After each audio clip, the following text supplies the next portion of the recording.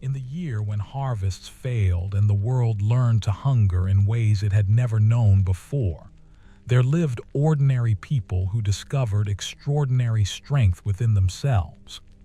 Good evening, dear friends. Tonight, I invite you to settle into comfort as we journey together through a quieter corner of history. A time of hardship, yes, but also of resilience, community, and the quiet dignity of human persistence. Close your eyes if you wish, breathe deeply, and let this story unfold like autumn leaves drifting gently to the earth. In those distant days when medieval kingdoms stretched across Europe like a patchwork quilt, when stone castles rose against gray skis and villages nestled in valleys both fertile and fair, there came a time that would be remembered in whispered conversations for generations to come. It was not a time of war or plague, though those would follow.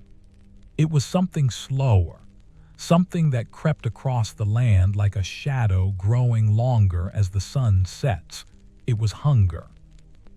It was a famine, and it began not with a single catastrophe, but with something as simple and yet as terrible as rain.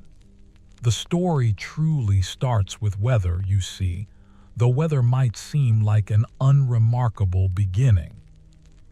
Yet in the world of medieval farmers, peasants, and the great landowners who depended upon their harvests, the patterns of rain and sun, frost and thaw were matters of profound consequence. In the spring of 1315, as birds returned to rebuild their nests and green shoots pushed through the dark soil, something shifted in the sky. The rains came, and they did not stop. They fell through April and May, through June and July, in ways that people could not remember and could not predict. Farmers worked in their sodden fields, their feet sinking into mud, watching as seeds they had carefully planted seemed to rot rather than grow. The wool of the sheep grew damp and matted. Cattle wandered through flooded pastures, their ribs beginning to show more prominently than they should. And still the rain continued, as if the heavens themselves had forgotten how to offer anything but endless water. The harvests of 1315 were poor. The people understood this with a kind of dull recognition. Poor harvests happened sometimes cyclically, as part of the rhythm of living close to the land. They tightened their belts, quite literally in many cases, rationing what grain they had stored from previous years. Nobles drew from their reserves. Monasteries, which often kept careful stores as part of their Christian duty, began to distribute carefully measured portions. There was anxiety, certainly, but there was also a kind of resignation born from experience. Surely, people thought during those first difficult months, next year would be better. The pattern would resume. Spring would come again with its promise of renewal. But spring, when it came in 1316, brought no renewal. The rains returned. In fact, the very winter that separated those two growing seasons had been harsh and cruel, with frost and snow persisting well into what should have been the tender time of new growth. When spring finally arrived, it came with the same relentless precipitation. The chronicles of the time, written by monks with careful hands in monastery scriptoriums, describe the weather with a sense of bewilderment. They note days without sun, weeks of dampness, the impossibility of drying grain or hay. These were learned men, educated in the patterns of nature and history, and yet they seemed almost to struggle with finding language adequate to describe what was happening around them. The rain was not like other rains. It was colder, more persistent, more thorough in its destruction of hope. Across Europe, from England to Poland, from Scandinavia to the Mediterranean regions, the story was heartbreakingly similar. What had been merely difficult was becoming desperate. The reserves that had been carefully husbanded began to run genuinely low. In villages throughout the countryside, people began to speak of it now with something approaching real fear. They had lived through bad times, many of them, but this felt different. This felt like the rain might never truly stop, like the sun had forgotten its obligation to ripen grain and fruit. In the cities, London, Paris, Rome, and countless smaller towns, the price of bread began to rise. Bakers, understanding both human desperation and market mechanics, charged more for their product. A loaf of bread that had cost a certain amount in previous years now cost 2 or 3 times that amount. For nobles and wealthy merchants, this was troubling and inconvenient. For ordinary people, for the weavers and thatchers, the servants and laborers who earned their daily bread through their labor, it became a matter of genuine crisis. How could one feed a family when the cost of bread consumed nearly everything one earned? And then came the moment when bread was not merely expensive. It became scarce. This is where the story deepens, where we must sit with the reality of what famine actually means, not as a word but as an experience. By the late spring and early summer of 1316, in many regions, bread was not merely expensive. It was becoming difficult to find at any price. The stores that had been carefully maintained were depleted. The new harvest would not come until autumn, and there was little confidence that it would be substantial. The gap between what people needed to survive and what was available began to widen into something terrifying. People began to do what humans have done throughout history when conventional food sources failed. They looked to the earth, to the things that grew wild and untended, to the very margins of survival. And this is where our story begins to touch upon something that might seem strange and even disturbing to modern ears, yet was the ordinary reality of desperation. In forests and meadows, on hillsides and along streams, there grew things that no one in ordinary times would consider eating.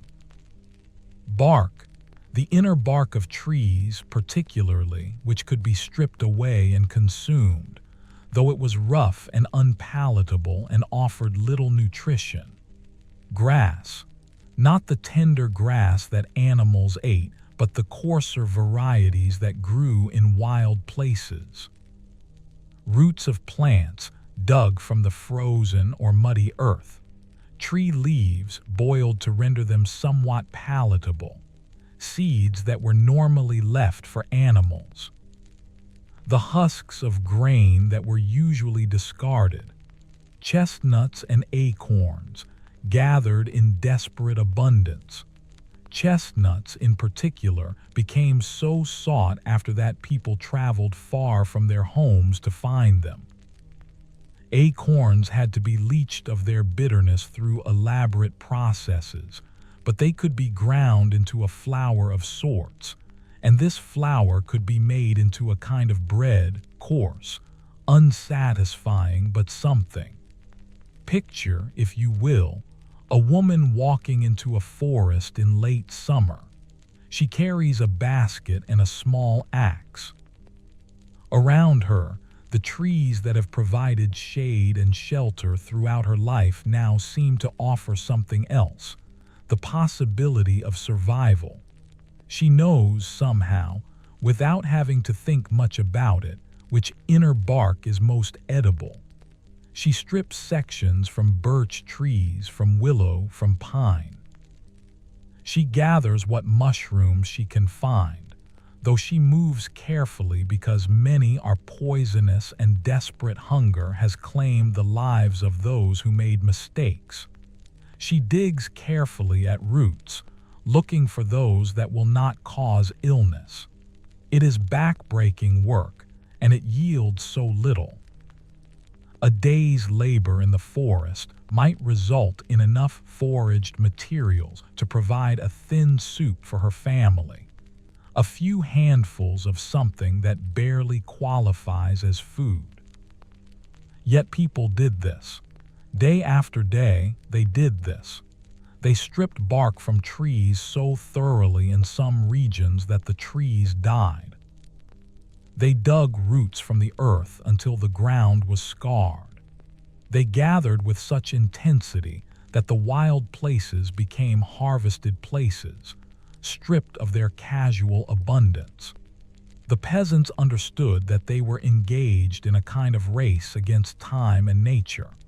The question was whether their efforts could sustain them until the next harvest, whenever that might be, and whether the earth could continue to provide even these marginal sources of nutrition.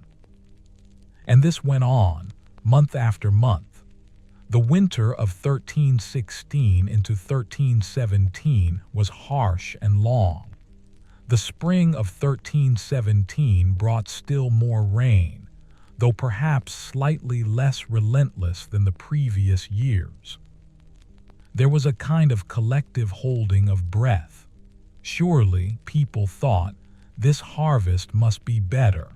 Surely the world would not permit such continuous suffering.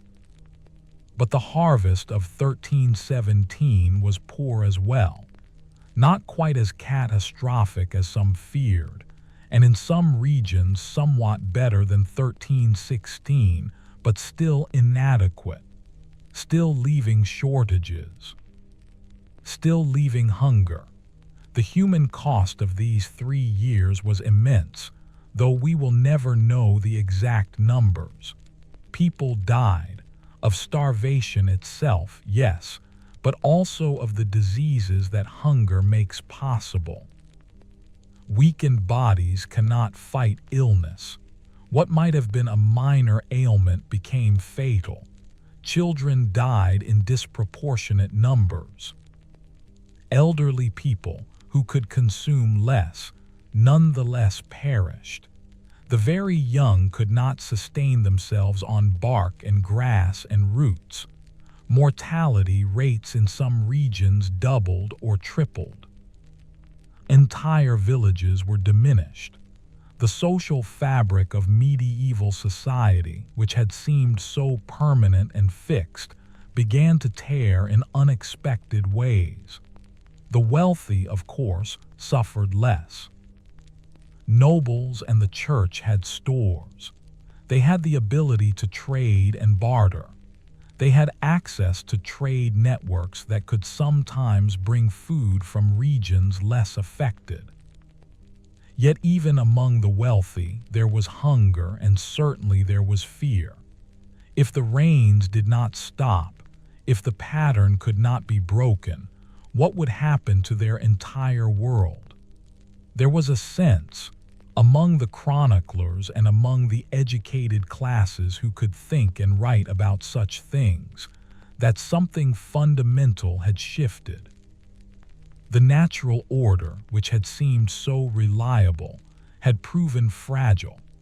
By the time the weather patterns finally began to normalize in late 1317 and into 1318, approximately 1 million people were estimated to have died across Europe, though this is a rough estimate, because exact records were not kept for the poor and the rural. Entire classes of animals died as well. The livestock that formed the basis of the medieval agricultural economy was decimated. Oxen, which were essential for plowing, were eaten or simply died of starvation and disease. This meant that when better times came, it took years to rebuild the draft animals necessary for farming. Horses were valued above gold in some places. In others, people ate horse meat with desperation and grief. But the story we are telling tonight is not a story of grand statistics or large numbers, though those numbers represented real grief. It is a story of individuals, of people who endured this trial and somehow continued. It is a story of the resilience that emerges when ordinary people face extraordinary hardship. It is a story of the human capacity to adapt, to find resources, to continue forward even when forward seems like an impossible direction. In a small village in England, a girl of perhaps 12 years old learned which bark was edible and which was poison. She became an expert at digging roots. She learned to process acorns with her mother, though her mother grew thinner and weaker as the months passed. Her father, a blacksmith, had nothing to smith. There was no coin for new tools. No one was building or expanding anything, because survival consumed all energy and all resources. He helped dig in the earth and gather in the forests alongside everyone else. The family ate together in the evening, sharing whatever they had gathered, and though it was never enough, there was a kind of dignity in the togetherness. They sang sometimes old songs that their mother remembered. They told stories. They held each other through the cold nights. In a monastery in France, the monks debated their Christian duty. They had stores, more stores than the villagers who worked the monastery's lands. Should they give everything away, knowing that if they did, they too would starve? Was there a middle path, a way to help that was also sustainable? The abbot made decisions that tormented him, deciding each morning how much they could spare, how much they needed to preserve. Some of the younger monks argued for complete sharing. Some of the older monks spoke of the need for the monastery to survive, because if it did not, then the church's work would be undone. It was a terrible calculus, and there was no answer that did not involve some form of suffering and loss. In a small town, an old woman who had lived through other hard times shared her knowledge. She showed younger people which plants had been used in her grandmother's time when times were hard. She demonstrated how to make a broth from bones that had already been used for soup, extracting every possible nutrient. She taught people songs that told the days and months, marking time, giving structure to the formless suffering. She became a kind of repository of knowledge about survival, and young people gathered around her, not just to learn what to eat, but to be near someone who had survived other trials and could somehow make them believe that this trial too would pass. These are the stories within the story, the human narratives that give meaning to the large historical event we call the Great Famine of 1315 to 1317. And they continue, month after month, through the long darkness and the difficult seasons. The narrative deepens now, settling into the particular textures of survival, the ways that desperation both breaks people apart and binds them together in unexpected ways. By the winter of 1316, as snow fell upon a landscape already exhausted by rain and hunger, something began to shift in how people understood their world. The initial shock had passed. There was no more waiting for things to return to normal, because normal had become a concept from another lifetime. Instead, people began to adapt in ways both practical and psychological. They developed routines around scarcity. They created new social structures born from necessity. They found, in many cases, reserves of patience and creativity that surprised even themselves. In the countryside, particularly in regions that had been hardest hit, communities began to work together in ways that the rigid hierarchies of feudal society did not typically permit.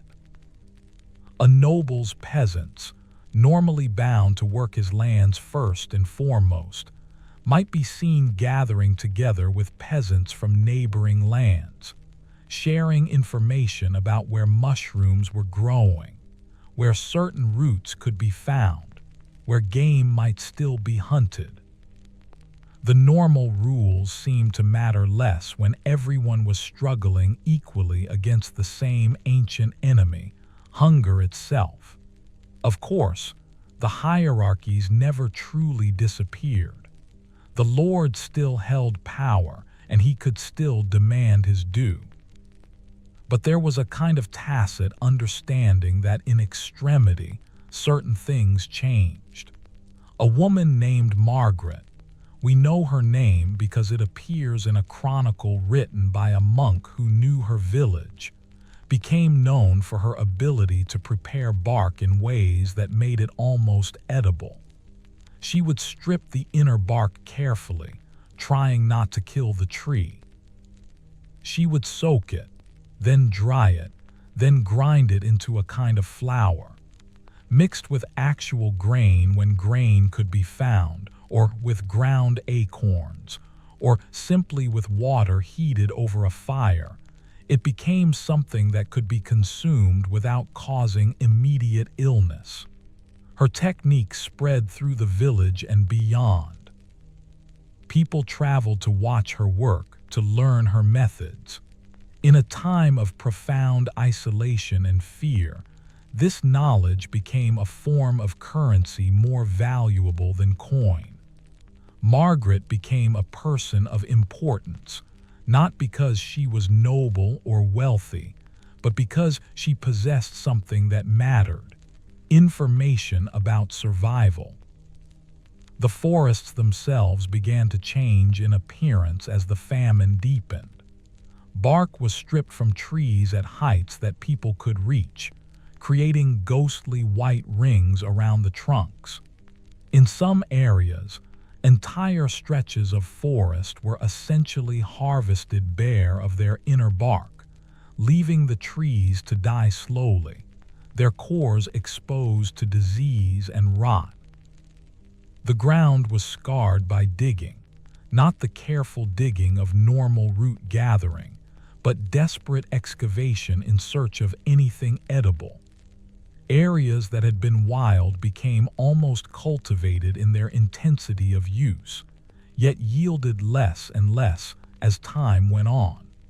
There was a kind of tragedy in this as well, a slow destruction of the natural world caused not by malice, but by the simple mathematics of survival. If you needed to eat to live, and the only food available was in the forest, then the forest would be transformed by your need. Grass became part of the diet in ways that would seem strange to modern sensibilities, but which made a kind of desperate sense to people in the grip of famine. Not the tender grass of spring pasture, which animals preferred and which was relatively nutritious, but the coarser grasses that grew in marginal places. These grasses could be gathered, dried, and ground into a flour. The result was not pleasant. It was harsh and fibrous, difficult to digest, and offered little in the way of actual nutrition. Yet it was something. It was plant matter that contained at least the appearance of substance. People ate it mixed with water to make a thin gruel. They ate it as part of a bread that was more filler than grain. They chewed it raw, knowing that their bodies needed bulk even if the bulk contained little actual nourishment. The psychological effect of this diet was profound. To consume something that was barely food, that provided almost no pleasure and minimal sustenance, yet to do so repeatedly, day after day, required a kind of mental endurance as much as physical capability. People became hollow, not just thin. Many people throughout history have been thin, but hollow in a particular way. Their eyes took on a certain quality. Their movements became slower, more economical.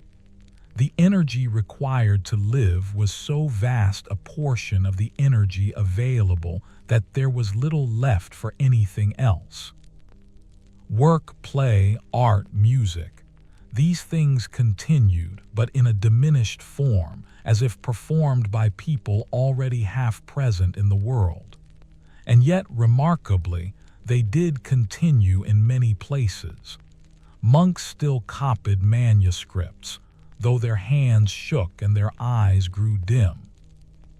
Minstrels still sang, though their songs took on different qualities, more about endurance, less about romance and adventure. Craftspeople still worked, though the items they created were fewer and often focused on practical tools for survival rather than decorative objects.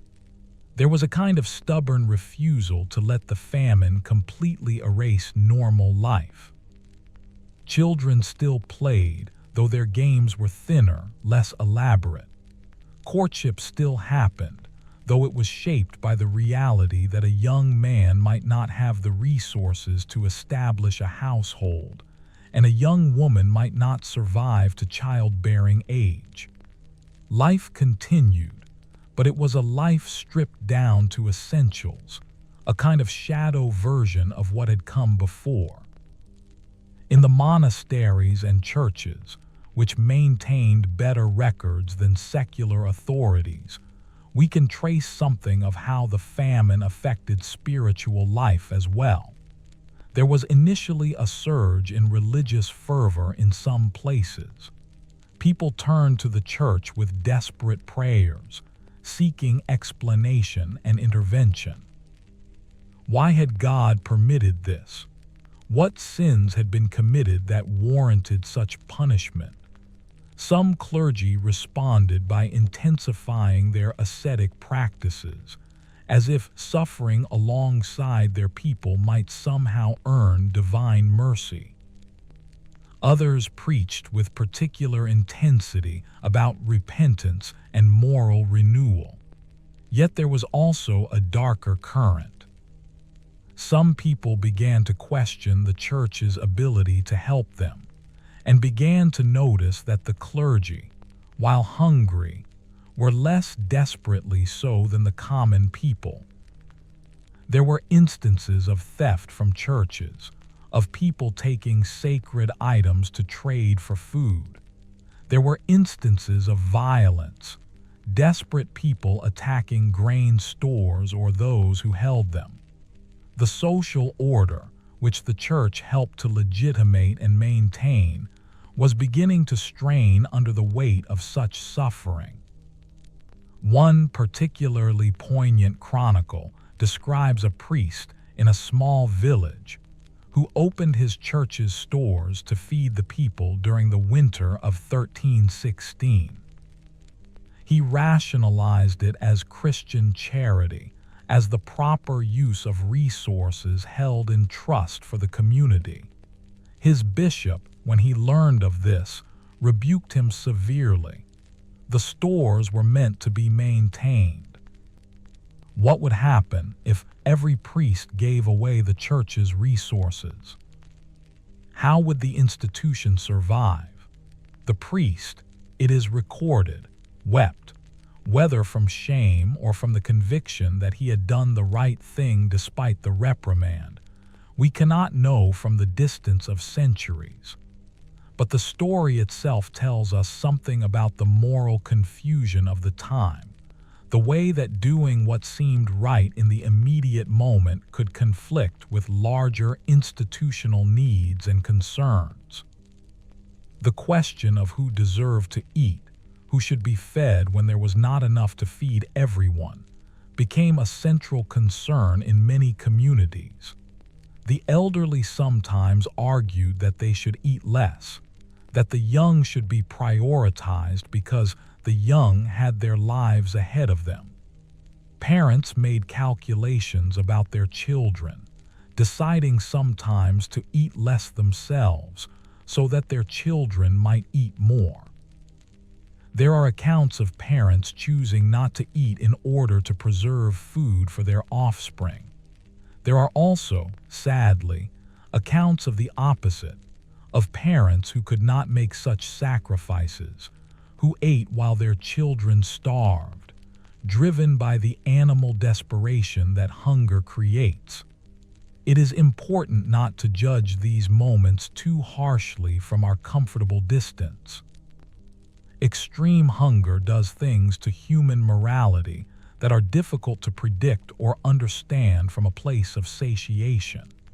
In towns and cities, the situation took on different characteristics. Where villages could at least draw on whatever foraged foods and small game might be available in the countryside, cities depended entirely on trade and supply networks. When grain did not arrive, when food could not be obtained, urban hunger could be even more acute than rural hunger. Cities also created their own problems. More people in closer proximity meant that disease spread more easily, that crime born from desperation increased, that the social fabric was more visibly torn. There are records of bread riots, of angry crowds storming grain stores, of authorities responding with violence to protect their supplies. A person who stole a loaf of bread might be hanged or mutilated as punishment, yet desperation compelled the theft anyway. The logic of survival overwhelmed the logic of law and order. The price of food during this period reached levels that seem almost incomprehensible from a historical distance. In some places and times, the price of grain increased tenfold or more. A day laborer could not earn enough in a day's work to purchase sufficient grain for a single meal. This created a kind of economic collapse alongside the agricultural collapse. Money, which had seemed like a reliable store of value, became almost meaningless when the commodity it could purchase was simply unavailable. Value began to invert in interesting ways. Practical knowledge, how to find and prepare marginal foods, how to preserve what little was available, how to recognize disease, became more valuable than coins.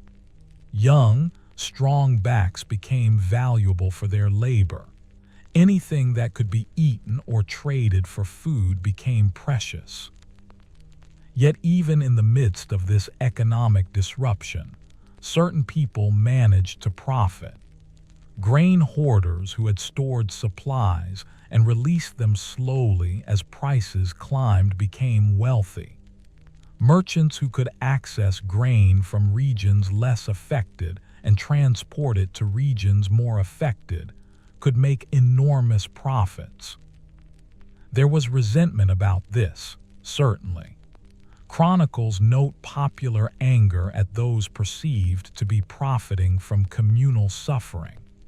Yet the economic forces that created these inequalities were largely beyond individual moral judgment. A merchant who sold grain at high prices was following economic logic, even if that logic resulted in hunger for many. This tension between economic necessity and human compassion was never truly resolved during the famine years. The role of women during this period deserves particular attention because the sources that survive often obscure or minimize women's experiences. Yet women were central to survival during the famine. It was typically women who managed household food supplies, who made decisions about rationing and preparation. It was women who did much of the foraging and gathering, supplementing whatever grain or other staple foods were available. It was women who bore the children who died in such large numbers, and who had to somehow find the emotional and physical resources to continue living after such losses. The famine may have been equally hard on men and women in many ways, but women's particular role as food preparers and household managers meant that they carried a specific kind of burden. They had to make decisions about how to stretch inadequate resources further. They had to watch their children hunger. They had to accept often that there was no adequate answer to the problem of feeding their families. There are records of women gathering together to share information about preparation techniques, about which plants were safest, about which methods of processing marginal foods were most effective. These women created informal networks of knowledge and support that were as important as any formal institutional response to the famine. They invented new recipes, though recipe seems too formal a word, of how to combine available ingredients in ways that were slightly more palatable or slightly more nutritious. A broth made from bones, vegetable scraps, and herbs. A bread made from acorn flour and grass flour, and whatever grain could be stretched to include it. These were not recipes that anyone would choose to make under normal circumstances, but they represented human creativity and problem-solving applied to survival. The impact on children was particularly severe and long-lasting in ways that we are only beginning to fully understand through modern historical and scientific analysis. Children born during the famine years, even if they survived to adulthood, often bore the marks of their early deprivation. They tended to be shorter than their parents' generation. They had higher rates of certain illnesses. The stress hormones that their bodies produced during extreme hunger in infancy and childhood left marks that could affect their entire lives. Beyond the physical, there was psychological trauma. Children who watched parents die of starvation, who experienced hunger so intense that they forgot what satiation felt like, who learned in their earliest years that the world was not fundamentally safe or reliable. These children carried those lessons into adulthood. The famine of 1315 to 1317 cast a long shadow across an entire generation. Yet some children also learned resilience. They learned to notice things, which plants were edible, which areas had more food, which people in their community could be trusted. They learned ingenuity. A child during these years might learn to make a meal from almost nothing, to find satisfaction in small things, to work cooperatively with others toward collective survival. Some of these children, when they grew to adulthood, became known for their practical wisdom and their ability to manage resources carefully. They had learned lessons about scarcity and preparation that served them well throughout their lives. The famine did not only damage, it also shaped and taught. By the middle of 1317, there were signs of cautious hope. The weather, while still difficult, seemed marginally less relentless. People began to speak of the possibility of a better harvest. The psychological shift was almost as important as the practical one. Hope is a resource, and when people began to hope that the worst had passed, they could begin to imagine futures. Not futures of luxury or comfort necessarily, but futures of simple continuation, of life without the constant gnawing edge of desperation. This hope had to be guarded, though, because disappointment could be devastating. There had been false hopes before during these years. A few weeks of better weather that led people to believe the worst had passed, only to have rain return, frost return, cold return. People learned not to hope too openly, to prepare for continued hardship even as they secretly allowed themselves to imagine better times. And then, finally, in late 1317, the harvest came in with something approaching adequacy. It was not abundant. It was not the kind of harvest that would erase the suffering of the previous years. But it was enough. It was enough to begin to believe that starvation would not be the inevitable end. The grain that was stored after this harvest was preserved with a kind of reverent care. This grain represented survival. This grain meant that if next year was difficult again, there would be reserves to draw upon. The very fact of having reserves again, of knowing that there was some buffer between the people and absolute destitution, allowed psychological space for things beyond mere survival.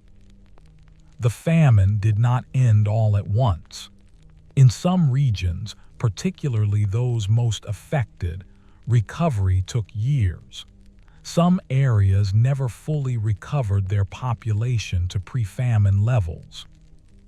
But the acute crisis had passed. The period of 13 years through 1317 became, in retrospect, a defined historical event with a beginning, a middle, and an end. People began to speak of it as something that had happened, rather than something that was happening, something that was ongoing. The shift from present to past tense was itself a kind of healing. Yet the famine had changed things in deep and enduring ways. The social fabric had been stressed in ways that could not be entirely repaired. The trust between lords and peasants had been damaged by experiences of lords hoarding while peasants starved. The relationship between the church and its people had been complicated by instances where the institutional church seemed to prioritize its own survival over the welfare of its members. The natural environment of Europe bore marks of the overharvesting that had occurred. Animals, particularly livestock that formed the basis of the agricultural economy, took years to rebuild. The trauma lived on in stories and in memories. Children born after the famine heard their parents' accounts of what had been endured. The famine became a touchstone for understanding suffering, for measuring other difficulties against, for understanding human capacity for endurance. In a way that is difficult to fully articulate but important to understand, the Great Famine of 1315 to 1317 marked a kind of threshold moment in medieval European history. It revealed vulnerabilities in the system that had seemed so stable. It showed that the natural world could not be relied upon to provide predictably. It demonstrated that institutions, whether feudal hierarchy or the church, could not ultimately protect people from extreme scarcity. It showed, too, that ordinary people possessed remarkable capacities for adaptation and survival. These lessons would shape the remainder of the medieval period and influence how societies thought about preparation, about reserves, about the moral obligations of those with resources toward those without. The people who lived through it, who ate bark and grass, who dug roots from frozen earth, who watched loved ones weaken and sometimes die, who somehow found the strength to continue, were changed by their experience. They had learned something fundamental about themselves and their world. They knew now that the edge of survival was closer than they might have thought, that disaster could come not through war or plague, but through something as ordinary as weather. They knew that the human community was precious, that knowledge and preparation mattered, that adaptability was a survival skill as important as strength. And so the story of the Great Famine is not merely a story of suffering, though it certainly involves that. It is also a story of human resilience, of creativity in the face of limitation, of the ways that ordinary people find meaning and connection even in desperate circumstances.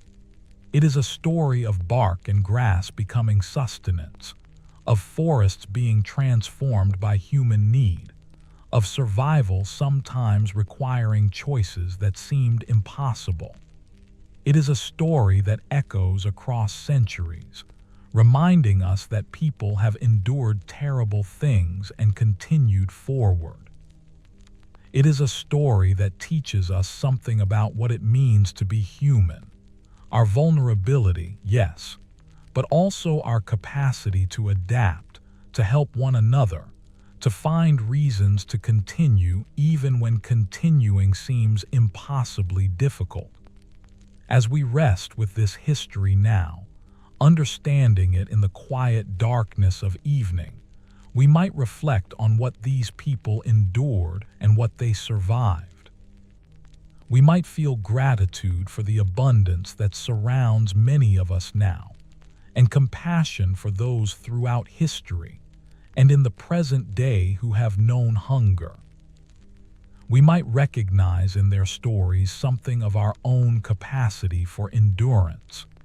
And as sleep begins to draw near, we can let this story settle into our consciousness, not as a source of anxiety, but as a reminder of human strength, human creativity, and the quiet dignity of those who continue forward even when forward seems impossible.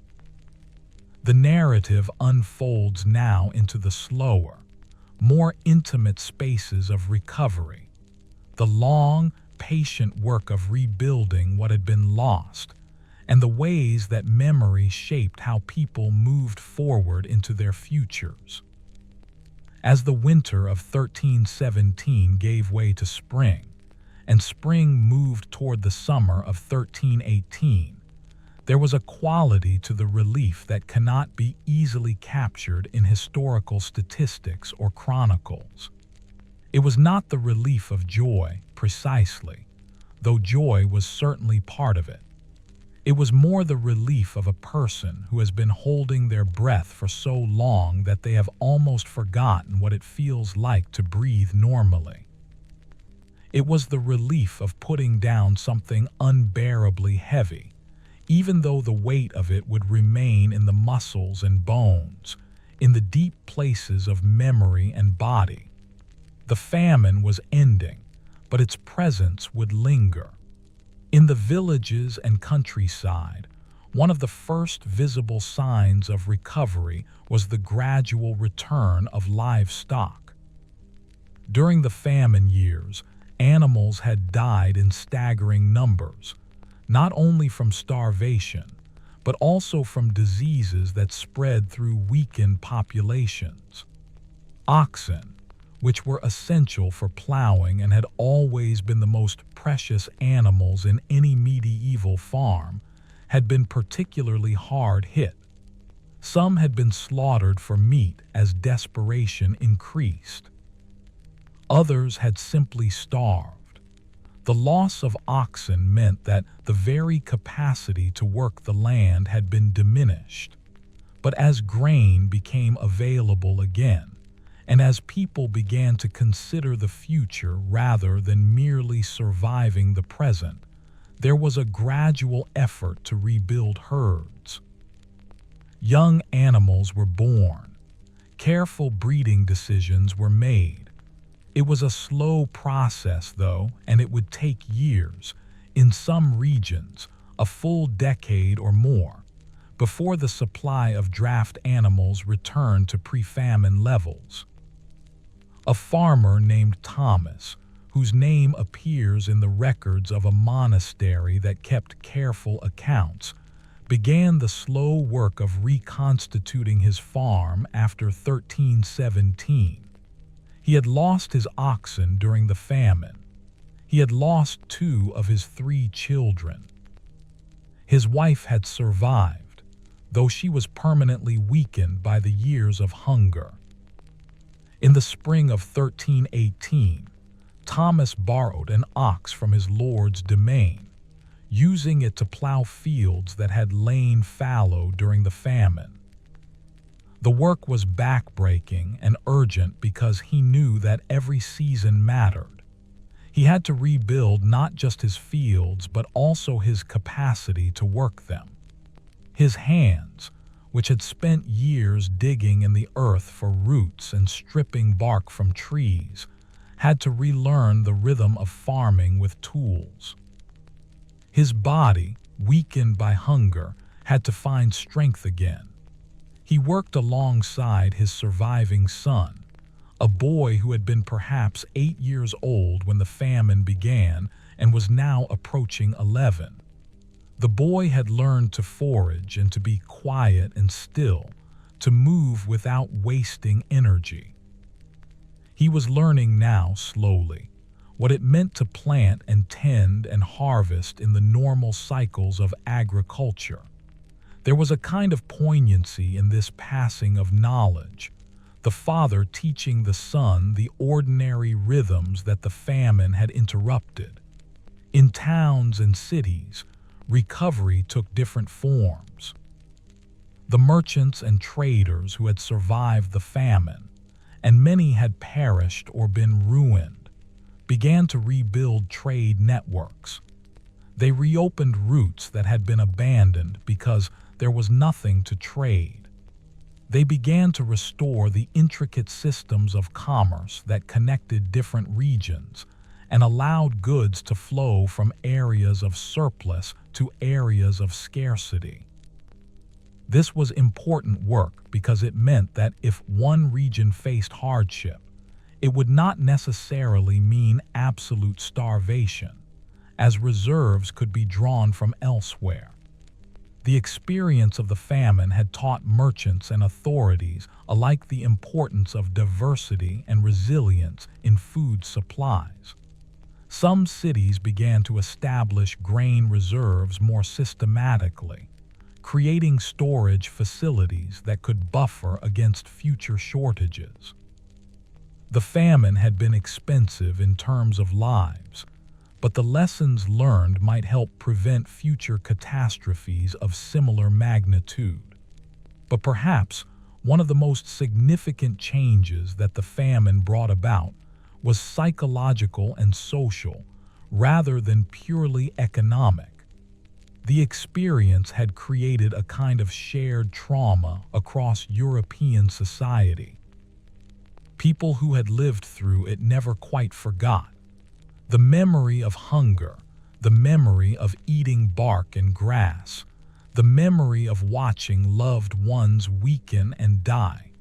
These things became part of how people understood their vulnerability and their place in the world.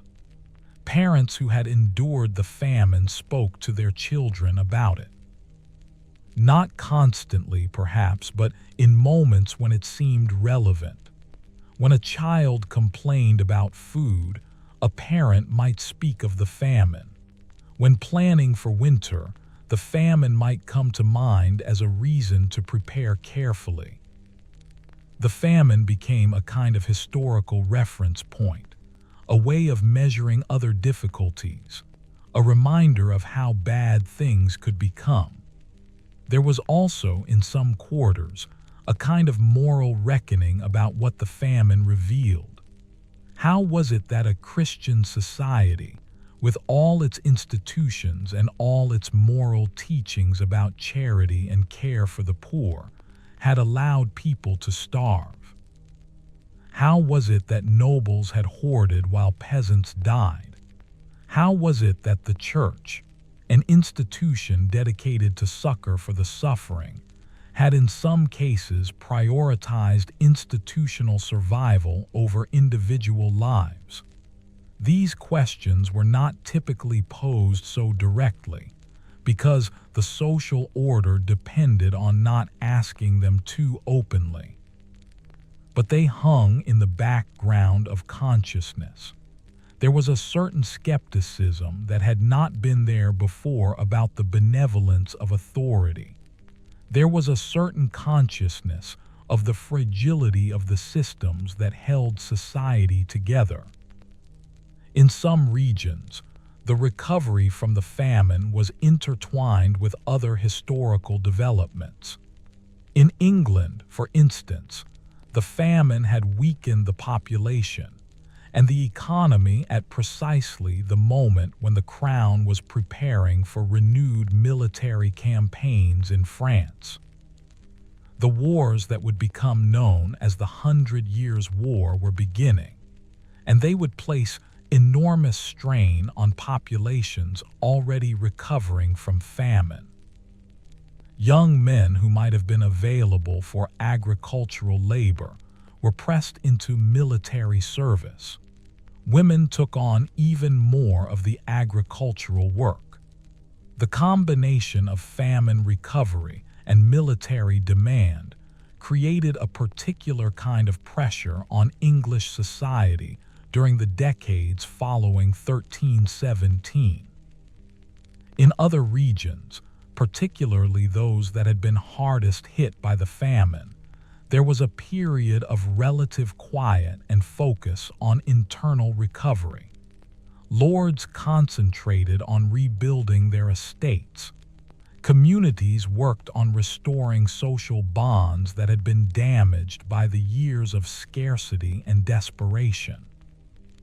There was, in some cases, a kind of rebalancing of power relationships.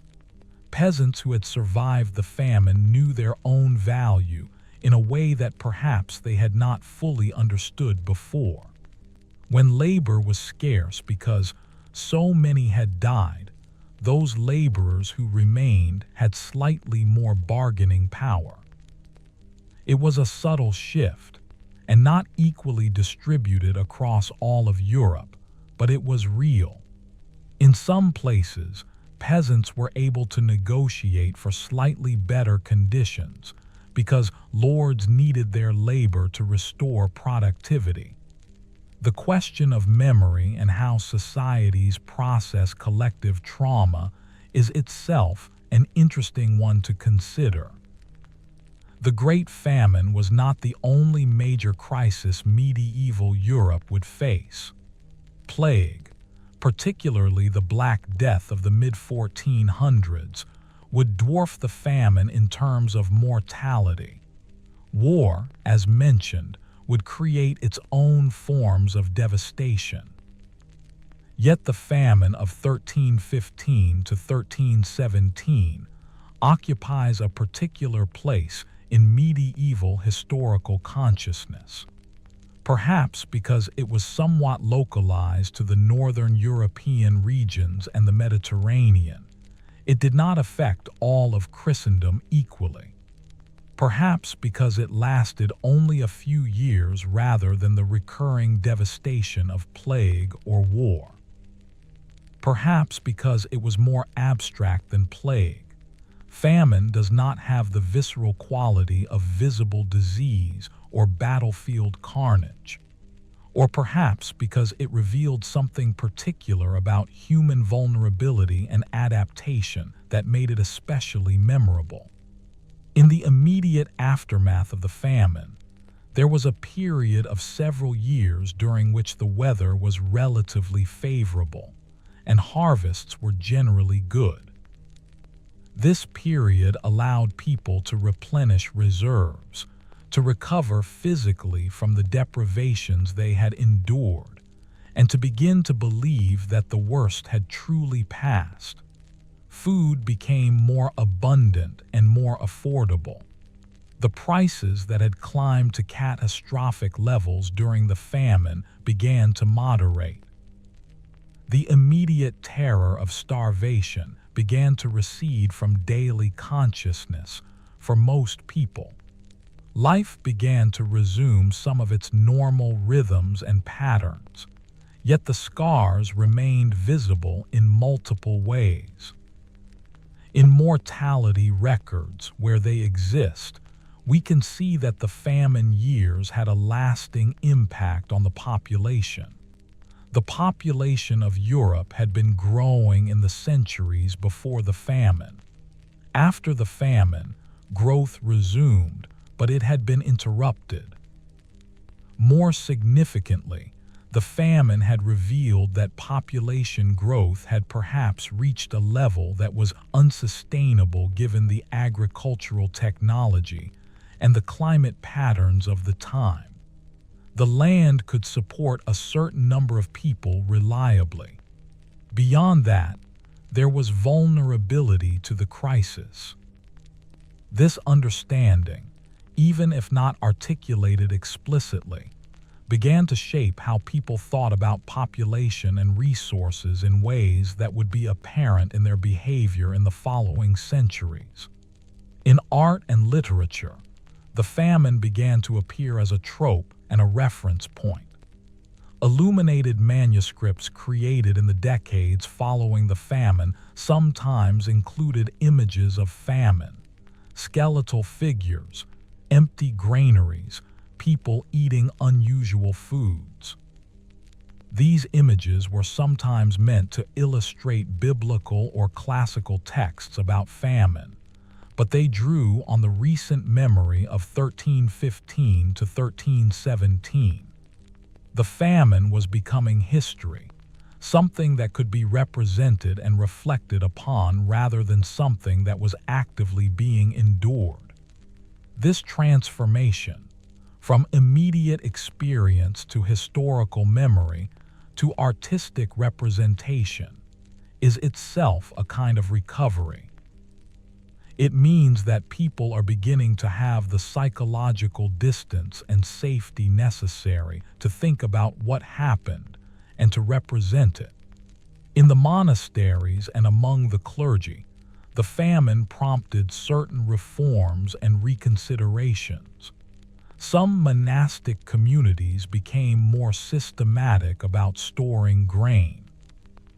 Some established more elaborate protocols for deciding how much to share with the surrounding population during times of scarcity. Some monastic leaders explicitly committed to being more generous in future crises, having learned from their experiences during the famine. The institutional church began, in some regions, to take on a more formal role in famine relief, though this was gradual and unevenly implemented. The famine had revealed a gap, a space where human suffering was occurring, and existing institutions were not adequately addressing it. Over time, various institutions and authorities began to work to fill that gap, though the solutions were always imperfect.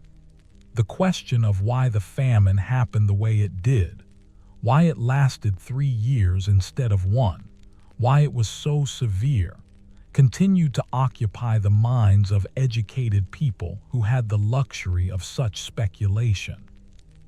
Some attributed it to divine punishment. Some invoked astrological explanations, particular alignments of celestial bodies that were thought to influence weather. Some simply accepted it as part of the natural world's unpredictability.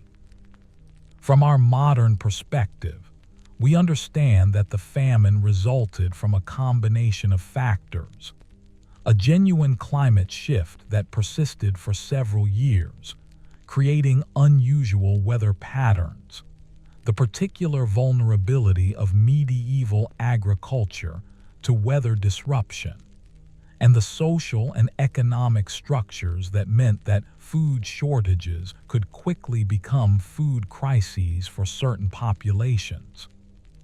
But the people of the time, without our modern meteorological understanding and historical perspective, had to make sense of it with the tools available to them. Over the years and decades following the famine, as it receded further into the past, its character in popular memory began to shift. It became a story, a cautionary tale, a measure of extreme hardship, a reference point for understanding suffering. Parents told their children about it. Preachers referenced it in sermons about the consequences of sin or the unpredictability of divine action. Chronicles preserved it in writing. What had been lived experience became transmitted history, and in that process of transmission, certain details became emphasized while others faded. The specific individuals: the woman named Margaret who learned to prepare bark, the farmer Thomas who rebuilt his farm, the monk in his monastery making terrible choices about resource allocation. These people became less visible. What remained visible was the broad outline: a time of hunger, a time when people ate unusual foods, a time when many died, a time that eventually passed. Yet the famine had changed something fundamental in how medieval societies understood risk and vulnerability. Before the famine, there had been a kind of assumption, perhaps not articulated but deeply felt, that the natural world would continue to provide. There had been bad years before, certainly, but the famine of 1315 to 1317 had been different in its persistence and severity. It had revealed that the natural world could not be relied upon in the way that people had perhaps assumed. This understanding made societies more attentive to preparation, more conscious of the need to maintain reserves, more aware of the fragility of their food systems. It made rulers more concerned with ensuring adequate food supplies for their populations, because they had seen what happened when supplies failed. It made merchants and traders more conscious of the importance of trade networks and communication across regions. In the centuries that followed, European societies would face other crises: plague, war, economic disruption. But the famine of 1315 to 1317 remained a particular kind of touchstone. It was one of the defining experiences of the medieval period, even for those who had not directly lived through it. It was a moment when the assumptions about how the world worked had been proven inadequate. It was a moment when ordinary people had to draw on resources of resilience and creativity that they did not know they possessed. It was a moment that revealed both the vulnerability and the strength of human communities. In a small village in what is now Germany, there stood a marker, a simple stone with marks indicating the year 1315, placed where a major famine relief distribution had been organized by the local abbot. It was not an elaborate monument. It was barely noticeable to someone who did not know what it meant. But for the people of that village, it was a reminder. It marked a threshold. It divided time into before and after. It represented a moment when ordinary people had faced extraordinary hardship and had survived it. It represented the death of many, but also the continuation of community. It represented suffering, but also resilience. As recovery deepened and the years moved further away from 1317, the famine gradually became part of the fabric of memory rather than an immediate presence. People who had lived through it began to die of old age. Their children, who had lived through it as young people, grew older and began to have different primary memories, perhaps of wars or of other events that seemed more immediate or more dramatic. The famine became something that grandparents spoke of, something that existed in stories and in the knowledge that it had happened, but not something that was actively being lived through anymore. Yet the effects persisted. A girl who had experienced severe hunger as a child and survived to adulthood would likely bear the marks of that experience throughout her life. She might be shorter than she would have been with adequate nutrition. She might have certain health vulnerabilities. She might have psychological patterns shaped by early scarcity, an impulse to save, to prepare, to be cautious about using resources. These effects could persist for generations. Children of parents who had experienced the famine sometimes inherited not just genetic marks of that experience, but also behavioral patterns, a certain way of approaching food, a certain consciousness of scarcity that had been imprinted on their parents and transmitted to them. The famine also persisted in how societies organized themselves in the aftermath. The establishment of more systematic grain reserves, the attention to maintaining trade networks, the gradual development of better communication between regions. These were all partly responses to what had been learned during the famine. The famine had been a kind of teacher, though a harsh one. Its lessons were about vulnerability and resilience, about the importance of preparation, about the fragility of the systems that held society together.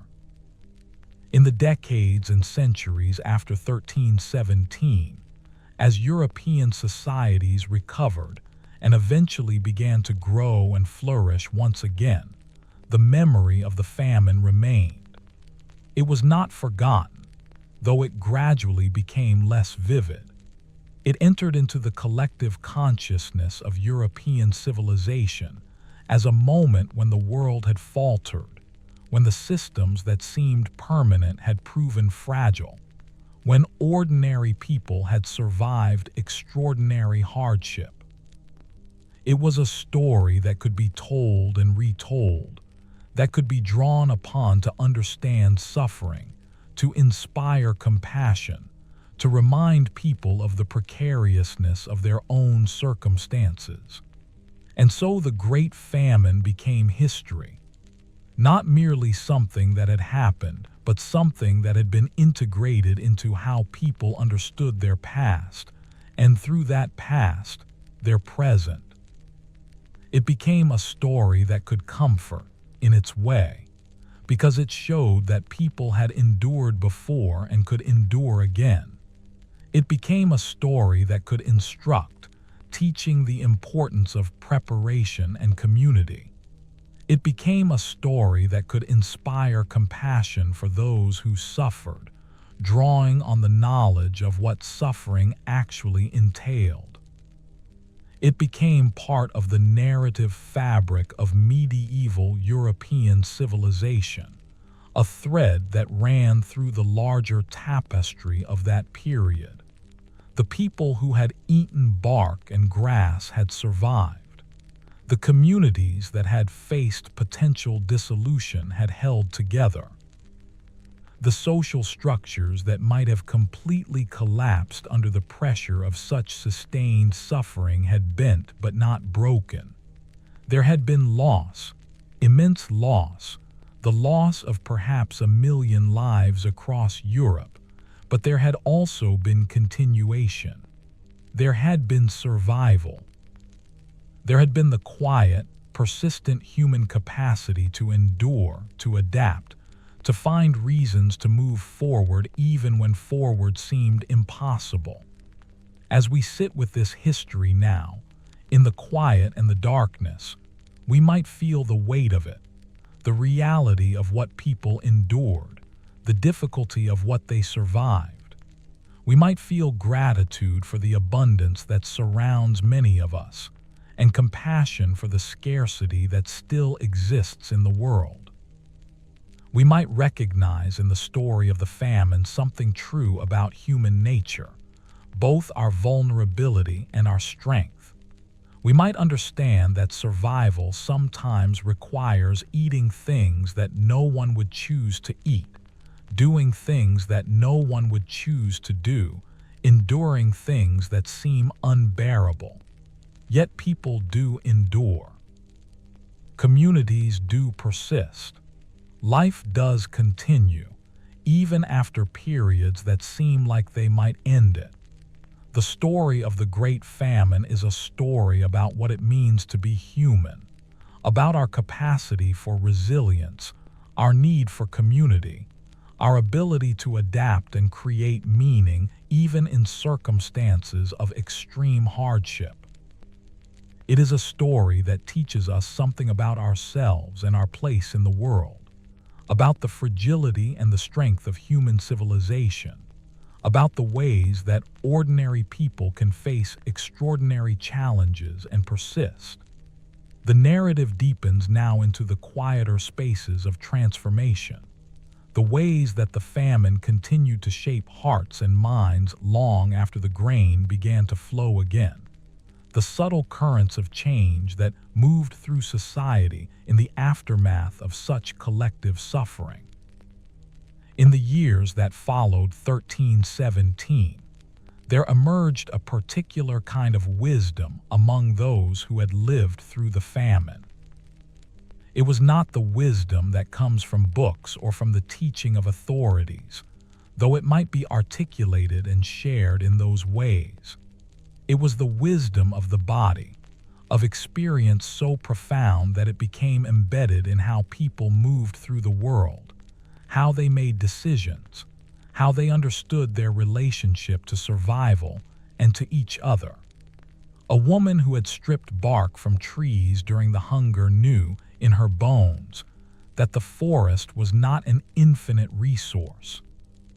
She might never articulate this as a formal principle of ecology or sustainability, but she lived it. She taught her daughters to use resources carefully. She ensured that her own household maintained stores. She passed along knowledge about which plants could be gathered without destroying their ability to regenerate. These small practices, multiplied across thousands of individuals and families, began to embed themselves in the culture of survival. The memory of the famine became particularly acute during seasons that resembled the conditions that had preceded the crisis. If spring was unusually wet, if frost lingered unexpectedly into early summer, people who remembered the famine would feel a kind of anxiety, a quickening of awareness. This was not quite fear. Most people understood by the mid-1300s that another catastrophic famine was unlikely in the immediate future, but rather a heightened attentiveness. It was a recognition that the world was capable of surprise, that preparation was always necessary, that complacency could be dangerous. This heightened awareness expressed itself in careful storing of grain, in attention to weather patterns, in communication between communities about conditions and prospects. There are records from various monastic communities in the years following the famine that show a marked change in how carefully grain and other foodstuffs were managed. Abbots created detailed records of stores, noting what was in storage when it had been stored, what condition it was in. This administrative attention might seem like a small thing, but it represented a shift in consciousness. These were institutions that had learned, through the famine, that being organized about resources could mean the difference between survival and death. The famine had made them more systematic, more careful, more conscious of their stewardship. Similar patterns can be seen in secular records as well.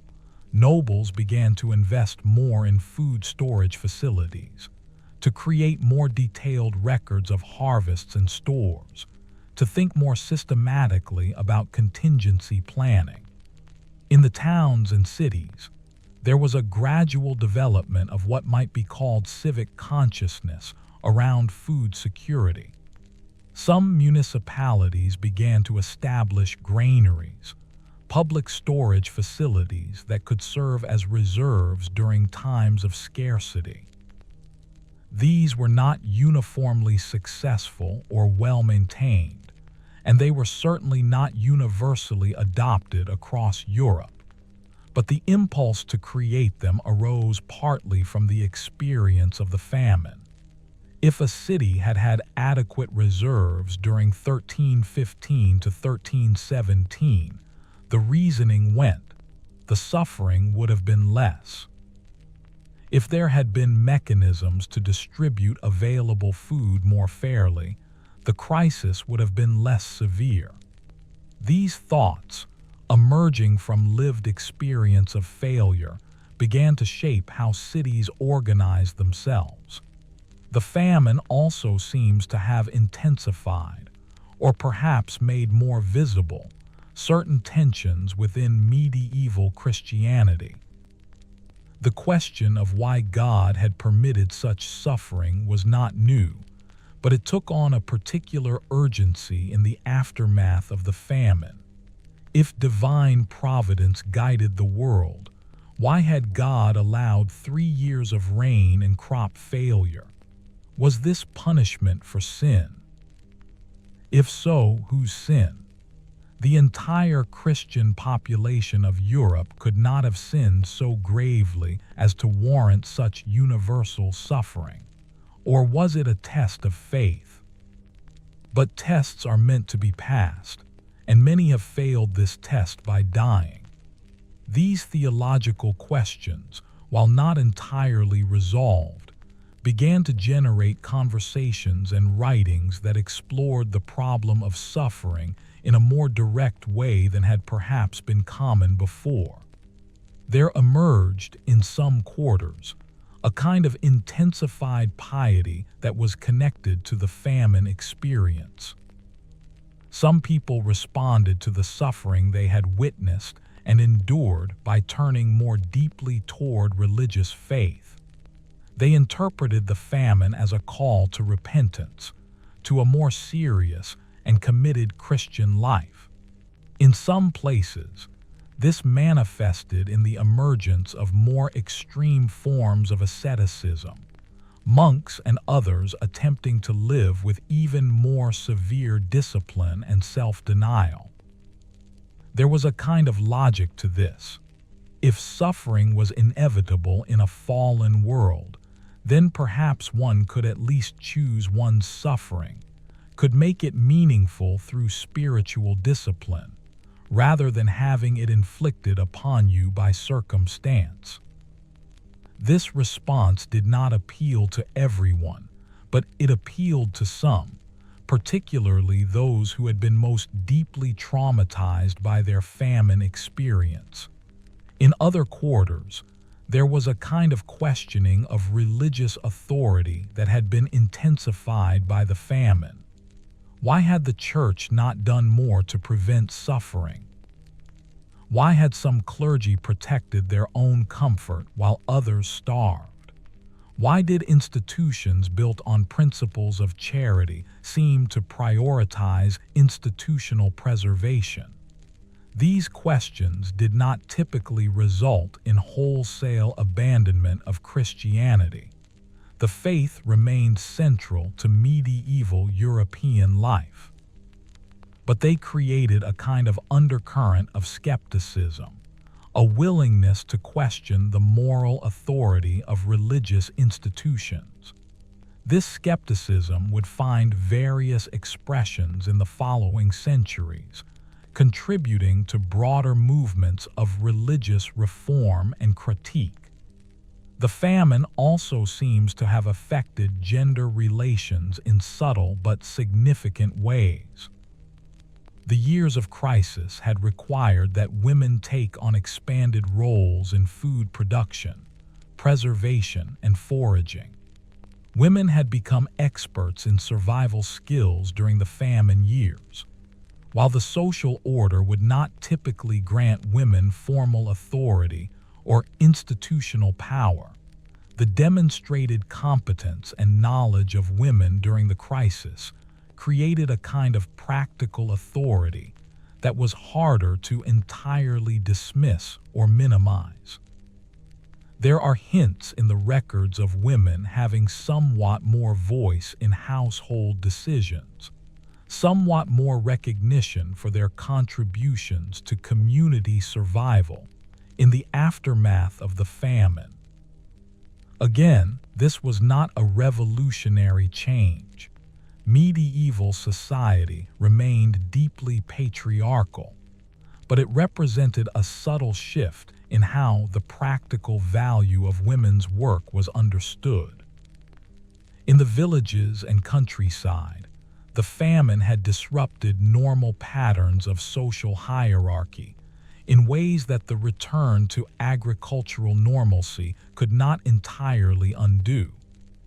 During the famine, when everyone was desperate and hungry, the normal rules of deference to authority had loosened somewhat.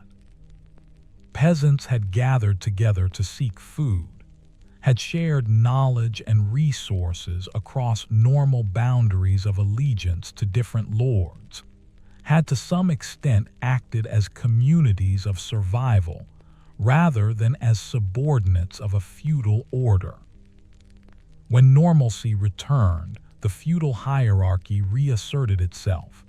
Lords still held power, peasants still owed obligations, but something had shifted in how that hierarchy was experienced.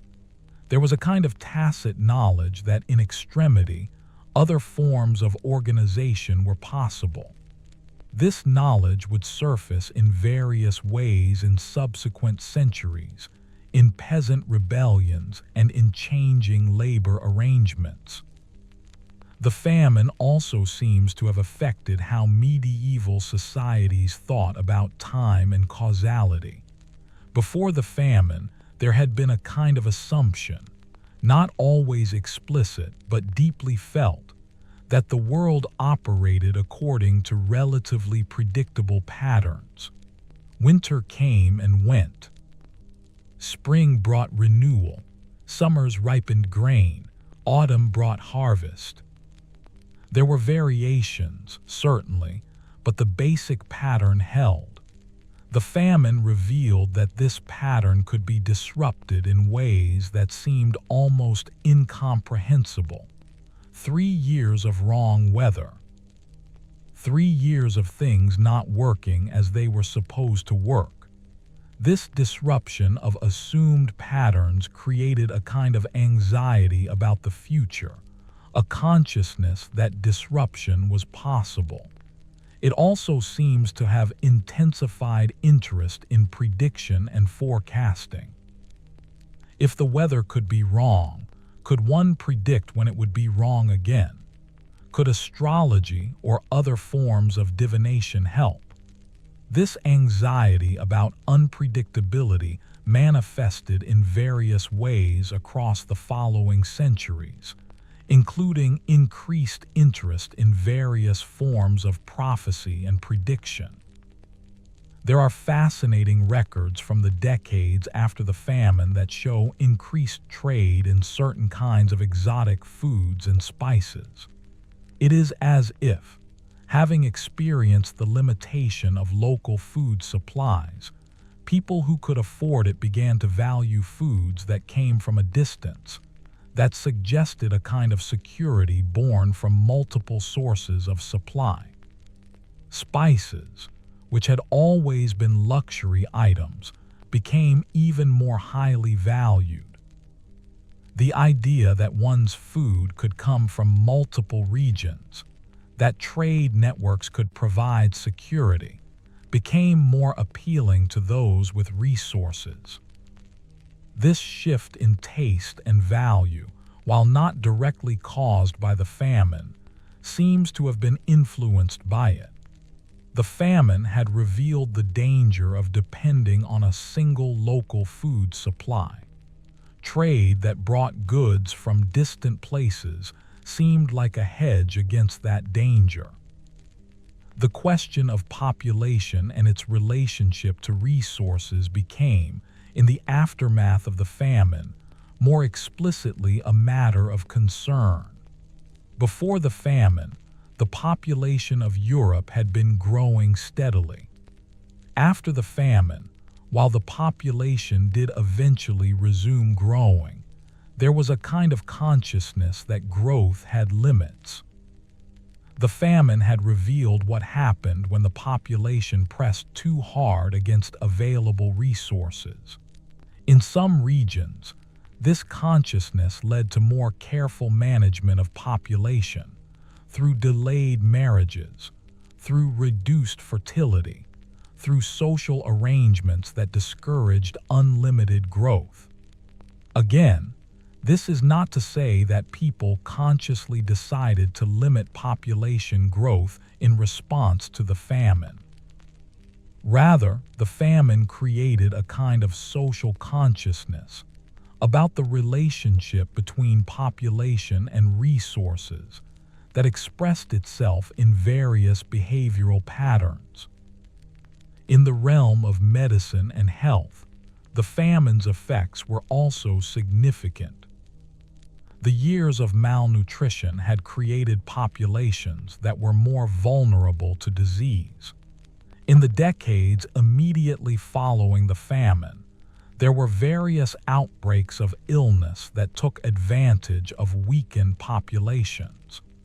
This seems to have intensified medical interest in the relationship between nutrition and health, between food and disease. While medieval medicine remained limited by modern standards, there was a growing recognition that adequate nutrition was important for health. This understanding, born from the suffering of the famine, began to influence how medical practitioners thought about treatment and prevention. There is something poignant about how the famine affected children born in its aftermath. These children had not lived through the worst of the hunger themselves, but they had been born into a world shaped by it. Their parents, themselves traumatized and weakened by the famine, carried that trauma into their parenting. Some became overprotective, intensely focused on ensuring that their children would never know the hunger they had known. Others, perhaps, were emotionally withdrawn, still processing their own trauma. The children of the famine generation inherited both the biological marks of parental malnutrition and the psychological marks of parental trauma. Yet they also inherited the resilience and adaptability that their parents had developed. The famine, in a sense, became part of their inheritance, not as something they had directly experienced, but as something that had shaped the world into which they were born. In the realm of art and architecture, the famine's effects were perhaps less direct but nonetheless real. The years immediately following the famine saw reduced investment in grand building projects, as resources were directed toward recovery and basic needs. But as recovery proceeded and resources became available again, there was a kind of eagerness to build, to create, to leave marks of permanence and beauty. Some of the most remarkable Gothic architecture of the later medieval period was constructed in the decades following the famine, as if societies were eager to assert their recovery, their continued vitality, their capacity to create beauty and permanence despite having faced such darkness. The famine also left marks on how medieval people understood charity and poor relief. Before the famine, charity had been understood primarily as a spiritual practice, a way for the wealthy to ensure their own salvation by giving to the poor. The famine, by revealing the scale and intensity of suffering that could occur, began to shift how charity was understood. It became less purely about the spiritual benefits to the giver and more about the practical necessity of helping others survive. This shift, while gradual and incomplete, began to manifest in more systematic approaches to poor relief. Some municipalities began to create more formal structures for supporting the poor. Some religious orders intensified their focus on direct service to the suffering. The famine had revealed that individual acts of charity, while important, were insufficient to address systemic suffering. This understanding, emerging from the famine experience, would continue to develop in subsequent centuries. There is also evidence that the famine affected how medieval societies thought about justice and fairness. The famine had created situations where the normal rules of property and ownership seemed to conflict with the basic human right to survive. If grain existed in stores while people starved, what was the moral justification for preventing access to that grain? During the famine itself, these questions created tensions and sometimes resulted in violence. In the aftermath, as societies reflected on what had occurred, there was a kind of wrestling with these questions. It did not result in revolutionary changes to property relations or to the fundamental structures of medieval society, but it created a kind of undercurrent of questioning about the moral foundations of the social order. The memory of the famine also seems to have affected how medieval societies understood themselves in relation to nature. Before the famine, nature was something to be exploited and used for human benefit. After the famine, there was a somewhat more complex understanding. Nature was powerful. Nature had limits. Nature could not be relied upon to provide infinitely. This did not result in anything resembling modern environmentalism, but it did create a kind of respect for natural forces, a recognition that human activities had to work within natural constraints rather than entirely overcoming them. People who had lived through the famine understood in ways that others might not, that the forest was not infinite, that the earth's capacity to provide was not unlimited. In the merchant communities and among traders, the famine seems to have intensified the development of more sophisticated systems for managing risk and ensuring supply. Merchants began to think more carefully about sourcing goods from multiple regions, about maintaining relationships with suppliers across different areas, and about creating redundancy in supply chains. While these practices existed before the famine, they became more systematized and more consciously articulated afterward. The famine had revealed the danger of depending on a single source or a single region. Merchants who could provide goods from multiple regions were more valuable and more successful. This insight, born from the famine experience, began to shape how trade was conducted. The famine also left its mark on language and metaphor. In the centuries following, when people wanted to describe extreme suffering or deprivation, they would reference the famine. When people wanted to understand a time of scarcity, they would compare it to the famine. It was like the famine years became a way of expressing extreme hardship. The famine entered into the metaphorical vocabulary of medieval European civilization. It became a touchstone, a reference point, a way of measuring and understanding suffering. In the realm of spiritual practice and religious experience, the famine seems to have intensified a kind of yearning for security and certainty.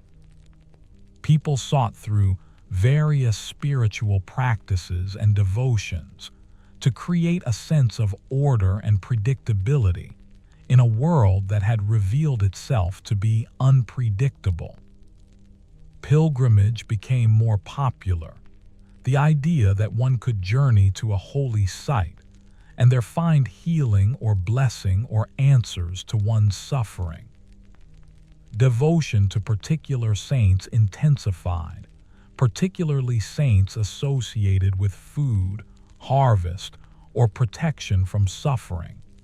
Mysticism, with its promise of direct experience of divine presence and love, found more adherents.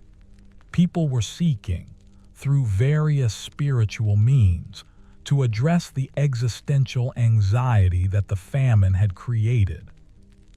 There is something deeply human about how societies process collective trauma. The Great Famine had revealed the fragility of the systems that held medieval civilization together.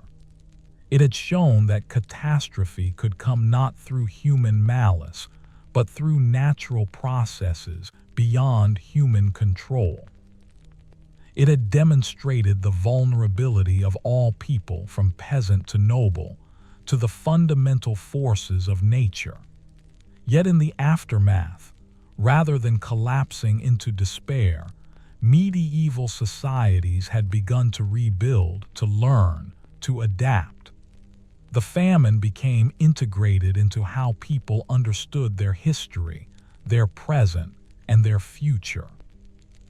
It became a story that could be told and retold, that could teach lessons about survival and resilience, that could inspire both caution and courage. And so the Great Famine, as it receded further into the past, took on the quality of a formative historical event, something that had shaped medieval European civilization in subtle but profound ways.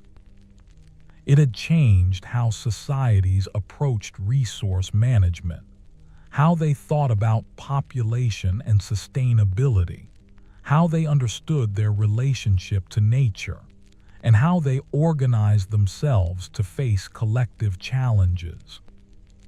It had revealed both the fragility and the resilience of human communities. It showed what people could endure and what they could survive. It has demonstrated the power of collective memory to shape understanding and behavior. The people who had eaten bark and grass had transformed that experience into wisdom. The communities that had faced potential dissolution had emerged transformed but intact. The societies that might have collapsed under such pressure had bent and adapted and continued. There was loss in the famine, immense, irreplaceable loss. But there was also transformation. There was learning. There was the building of new understanding upon the foundation of old suffering.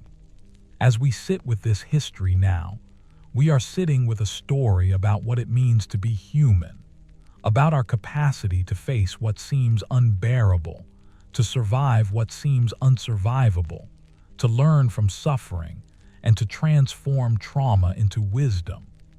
We are sitting with a story about the strength of communities, the importance of knowledge and preparation, the ways that ordinary people can face extraordinary challenges and persist. We are sitting with a story that reminds us that history is not just a record of events, but a record of how people have lived through events, how they have made meaning from their experiences, how they have continued forward. The famine ended. Grain grew again. Harvests returned. People recovered physically and began to heal psychologically. Yet the famine never entirely ended in a sense. It remained in my memory.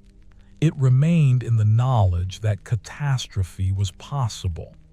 It remained in the practices of preparation and caution that it had inspired. It remained in the stories that people told about what had happened, stories that would be passed down through generations. The famine became part of the deep structure of medieval European civilization, not visible on the surface, but present nonetheless, shaping how people understood themselves and their world. And in this way, the Great Famine transcended its own moment. It became something more than a historical event that had happened and then ended. It became a story that could teach, a memory that could guide, a reminder that people had survived before and could survive again, a testament to human resilience and adaptation. It became part of how medieval people understood themselves, their vulnerability, yes, but also their strength. It became part of the inheritance that they would pass on to subsequent generations, encoded in their practices, their stories, their understanding of how the world worked and how one ought to live within it. As the centuries moved forward from 1317, the memory of the famine would surface again and again. When new crises arose, people would remember the famine.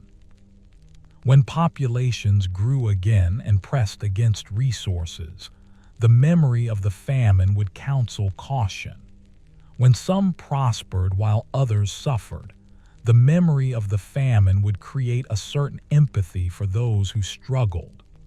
The famine would never be entirely forgotten because its lessons were too important, too deeply learned.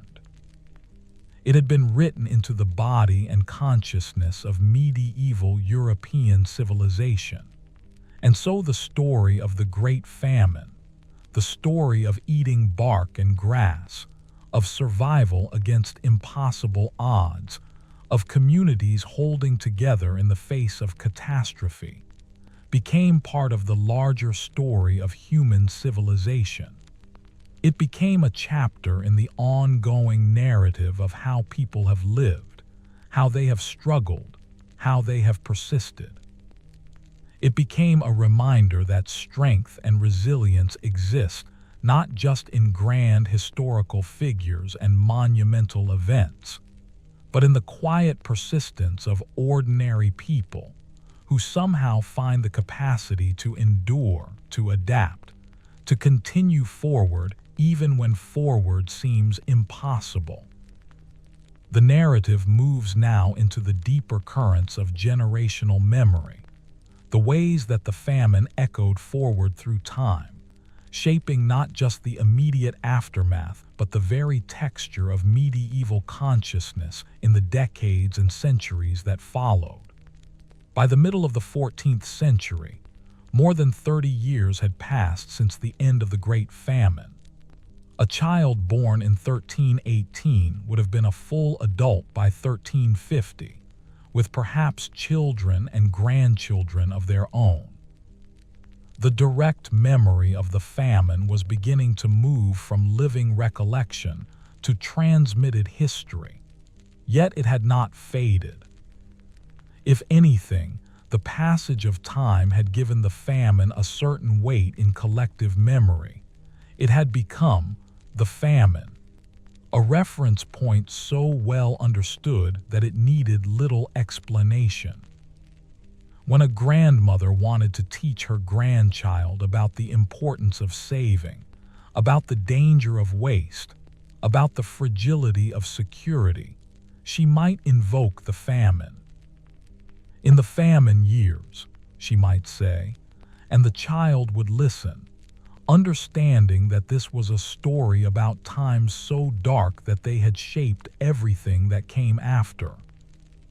The children of famine survivors had grown up hearing these stories.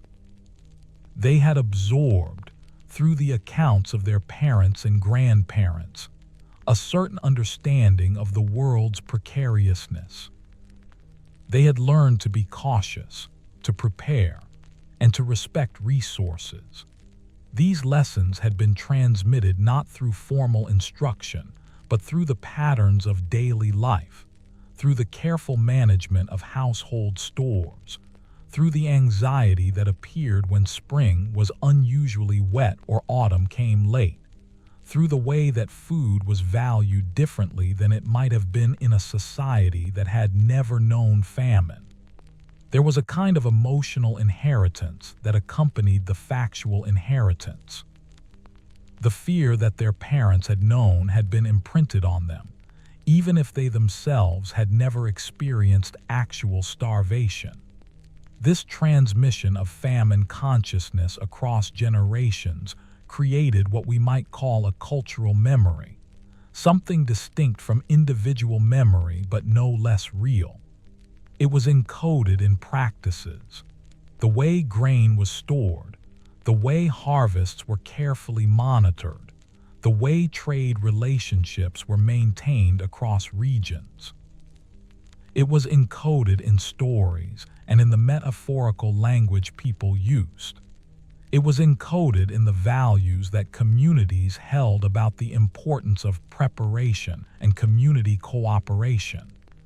This cultural memory served a real function. It kept societies attentive to risk, ready to mobilize resources quickly if crisis appeared again, conscious of the need to prepare for the worst even in times of plenty. In the monasteries and among the clergy, this famine consciousness became embedded in institutional practices. Abbots who had lived through the famine, or had heard detailed accounts from those who had made their decisions about resource management partly based on famine experience. They trained younger monks in careful accounting, in attention to stores, in the principles of stewardship that the famine had taught. When a new abbot took office, part of his responsibility was ensuring that the monastery's stores were adequate, that systems for managing resources were in place, and that the mistakes of the past would not be repeated. The famine had become, in essence, a kind of invisible curriculum that shaped how religious institutions operated. In the towns and cities, the famine memory expressed itself in the gradual development of more formal structures for dealing with scarcity. Some municipalities, as mentioned, established granaries. But beyond the physical structures, there was also a kind of administrative consciousness, the understanding that cities needed to plan for potential crises, that food security was a legitimate concern of civic authority, that some thought should be given to how people would be cared for if supply lines were disrupted.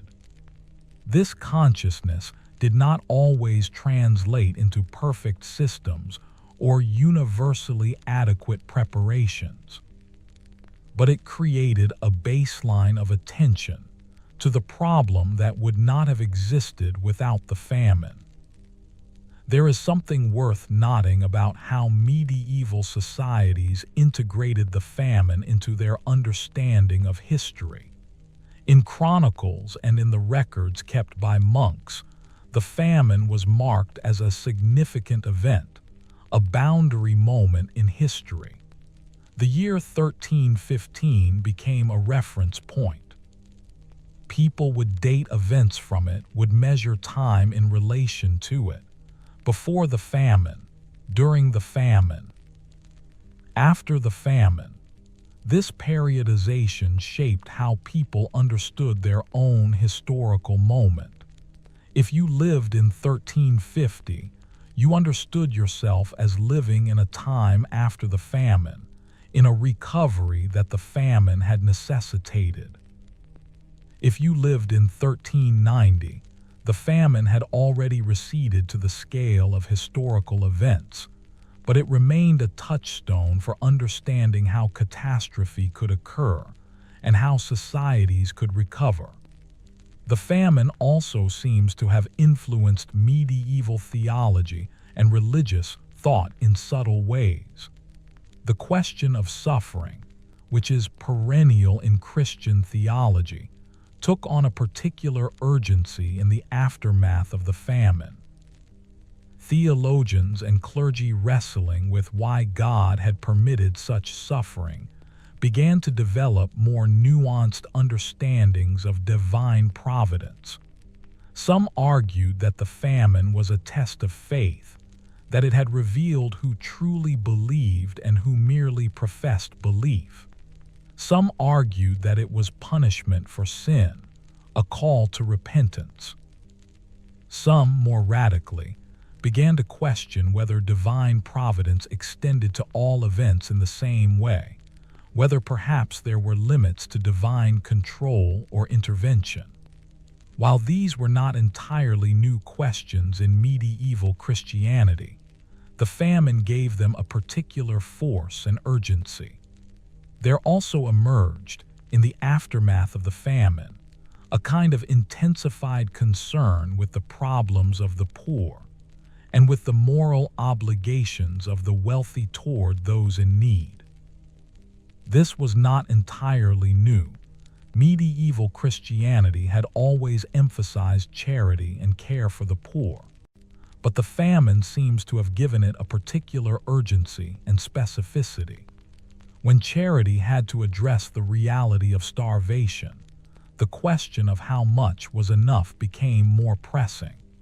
When charity had to address the reality of entire communities facing deprivation together, the question of individual acts of charity versus structural responses became more complex. These questions did not receive final answers, but the famine had posed them in a way that could not be ignored. In the realm of labor and social relations, the famine seems to have created long-term effects that express themselves over decades. During and immediately after the famine, the scarcity of labor had given peasants and laborers somewhat more bargaining power. By the mid to late 14th century, this dynamic had shifted somewhat. Labor was still relatively scarce due to the famine's impact on population, and this scarcity was reinforced by the Black Death in the mid-1300s, which killed perhaps a third of Europe's population. This scarcity of labor meant that peasants and working people had more ability to demand better conditions and better wages than they had before the famine. The famine, while not directly causing the social upheavals of the late medieval period, had contributed to the conditions that made such upheavals possible. Peasants who had learned during the famine that they could survive through their own ingenuity and cooperation, who had experienced forms of social organization alternative to strict feudal hierarchy, were more likely to demand better treatment and better conditions in the years that followed. The memory of the famine also seems to have affected how medieval societies understood risk and insurance.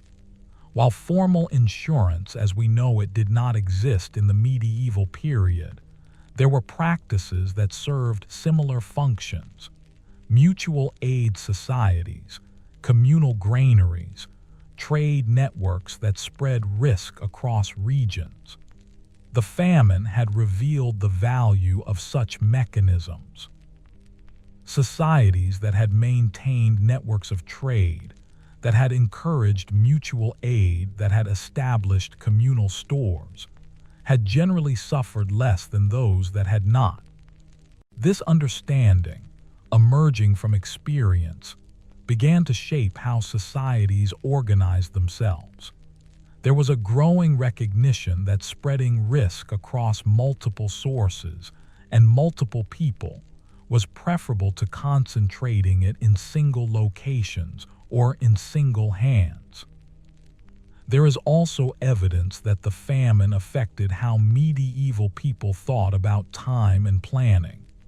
Before the famine, there had perhaps been a kind of assumption that the future would resemble the past, that next year would be like this year, that harvests would continue, that the patterns that had held would continue to hold. The famine had disrupted this assumption dramatically. It had revealed that the future could be radically different from the past, that catastrophic change was possible. This realization seems to have intensified interest in forecasting and prediction. If the future could be so different from the past, then it became important to try to predict what that future might be. This interest in prediction expressed itself in various ways: in increased attention to astrological forecasting, in interest in prophecy, in careful observation and recording of weather and natural signs. In the decades following the famine, there are records of increased investment in what we might call preventive infrastructure. Cities began to invest in wells and systems for water distribution, partly because water security had proven important during the famine. They invested in better storage facilities, partly to ensure that grain could be kept safely and preserved for extended periods.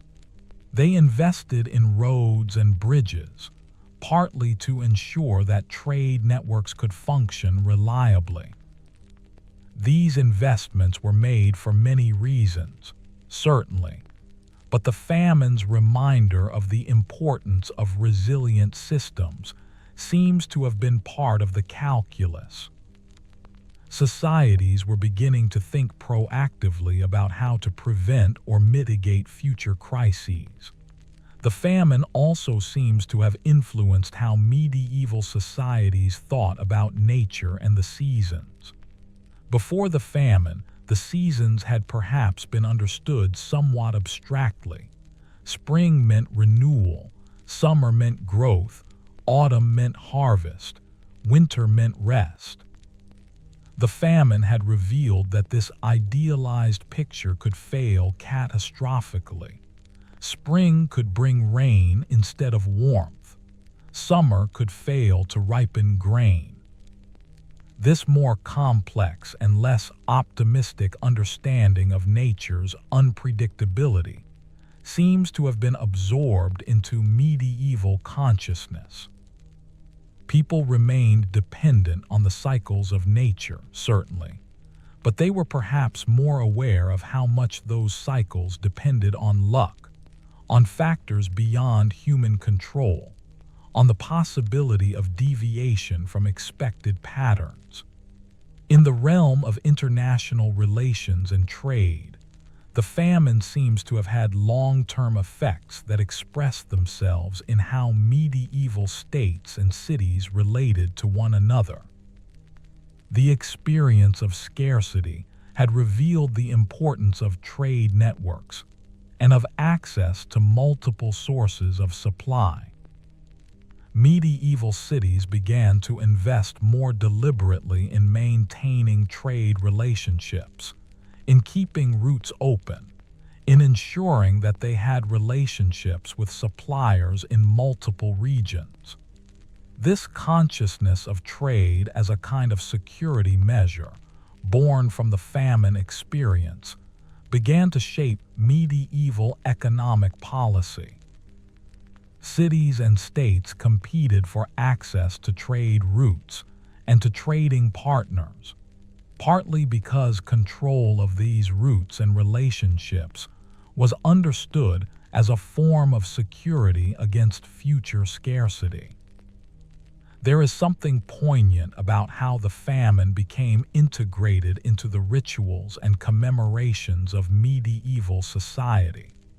In some places, the anniversary of the beginning or ending of the famine became an occasion for religious observance or for communal remembrance. These commemorations served important social functions. They kept the memory alive.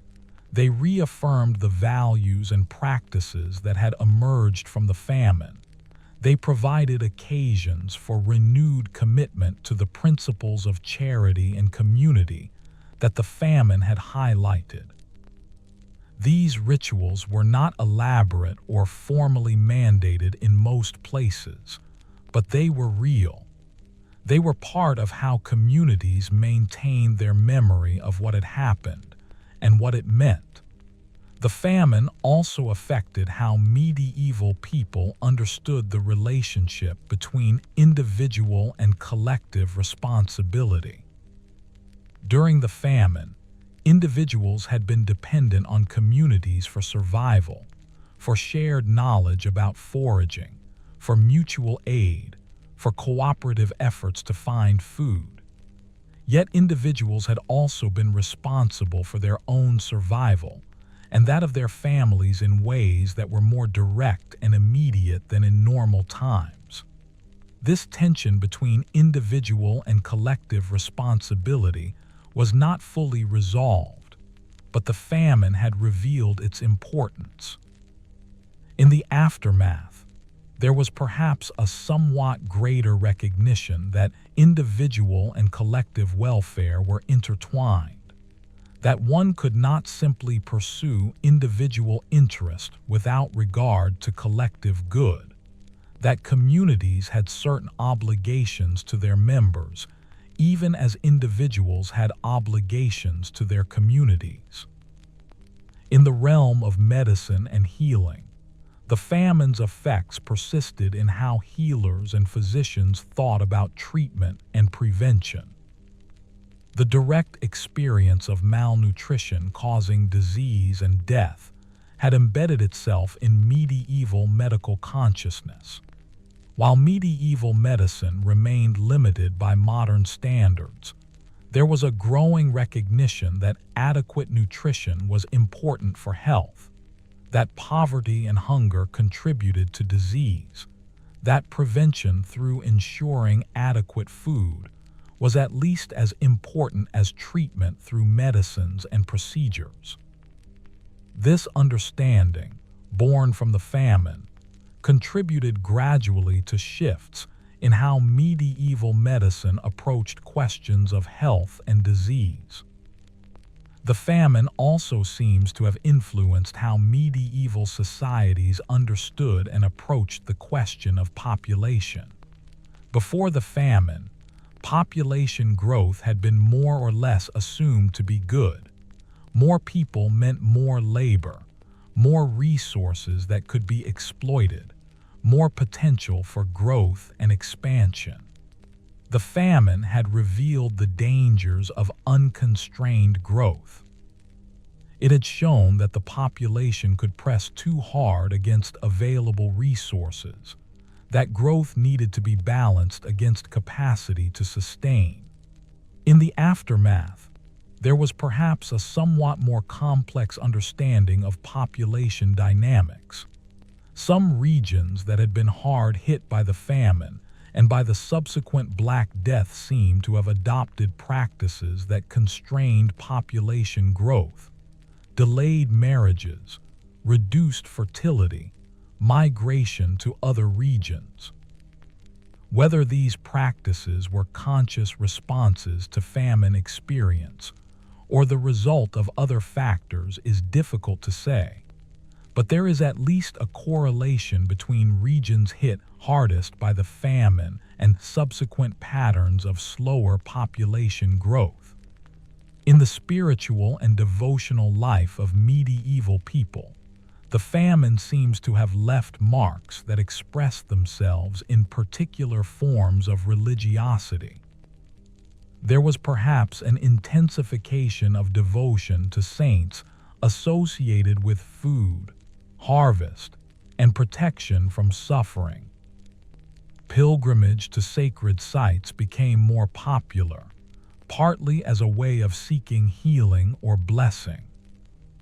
The idea that suffering could be redemptive, that one's trials could have spiritual meaning, became perhaps more emphasized. This is not to say that these spiritual expressions were unique to the post-famine period, but rather that the famine gave them a particular poignancy and urgency. People who had lived through or heard accounts of the famine knew in their bones that suffering was real, that it was not something to be abstracted away or understood only theoretically. When they sought spiritual comfort and meaning, they were seeking it in the context of knowing that suffering was genuine and potentially overwhelming. The famine also seems to have influenced how medieval societies understood and approached gender roles and family structure. The famine had revealed the importance of women's work in food production, gathering, and preparation. It had created opportunities for women to demonstrate competence and knowledge in areas that were crucial for survival. While the social order remained deeply patriarchal, the famine experience seems to have created a kind of recognition of women's essential contributions. In some regions and in some social classes, this seems to have resulted in a slightly greater voice or agency for women in household decisions, particularly those related to food and resources. These shifts were subtle and incomplete, but they were real. The memory of the famine also affected how medieval societies understood and approached authority. The famine had revealed that authorities, whether feudal lords, church officials, or municipal leaders, could not always protect their people from catastrophe. It had revealed that institutions designed to maintain order and provide security had limitations. This experience created a kind of underlying skepticism about authority, a recognition that authority had limits, that individuals and communities needed to develop their own capacities for survival and resilience. This skepticism did not typically manifest as direct rebellion or refusal of authority. Medieval society remained hierarchical, and authority remained important. But there was a kind of tacit knowledge that authority could not always be relied upon, that people needed to be prepared to care for themselves and their communities. The famine also seems to have influenced how medieval societies understood and approached the question of justice. The famine had created situations where normal principles of property and ownership seemed to conflict with basic human needs for survival. During the crisis itself, these conflicts had sometimes manifested in theft, in violence, in the seizure of grain stores. In the aftermath, as societies reflected on what had occurred, there was a kind of wrestling with questions about whether the social order as it existed was just. If people were starving while grain existed in stores, what justified the maintenance of property rights? These questions did not result in revolutionary changes, but they created an undercurrent of questioning about the moral foundations of the medieval social order. As we move further into the aftermath of the famine, more than a generation removed, we see a kind of integration and normalization of famine consciousness into the regular patterns of medieval life. The acute crisis had passed, yet the memory persisted. It was encoded in practices, in stories, in values, in the ways that communities organized themselves. It was passed from generation to generation through families and communities. It became part of what it meant to be medieval European, to live in a world where catastrophe had happened, where it could happen again, where preparation and community and resilience were therefore essential values. And in this way, the Great Famine continued to shape medieval civilization long after it had ended. Not through direct causation or explicit policy, but through the slow seepage of memory and learned lessons into the fundamental patterns of how societies organized themselves and understood themselves. The famine had been a teacher, though a harsh one. Its lessons were about vulnerability and resilience, about the importance of preparation and community, about the fragility of systems that seemed permanent, and about the capacity of ordinary people to survive extraordinary hardship. These lessons became woven into the fabric of medieval civilization, shaping how people thought and acted and lived.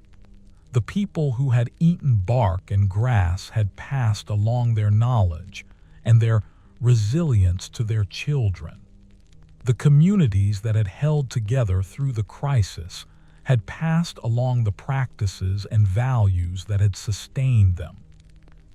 The societies that had recovered from the famine had embedded the lessons learned into their institutions and their consciousness.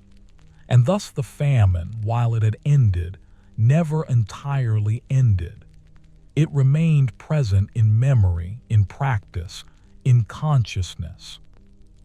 It remained a touchstone for understanding suffering and survival. It remained a reminder of human capacity and human fragility.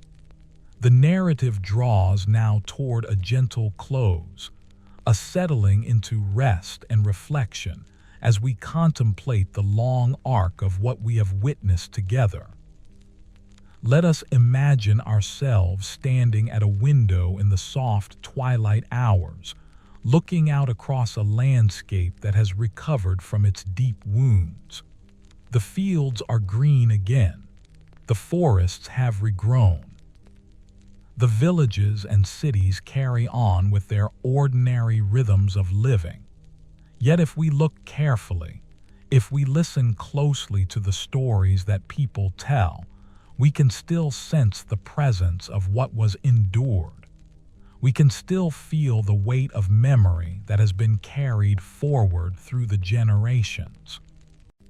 The Great Famine of 1315 to 1317 had changed something fundamental in how medieval European civilization understood itself. It had revealed, in stark and undeniable terms, the precariousness of human existence, the fragility of the systems that held society together, the power of nature to disrupt even the most established patterns.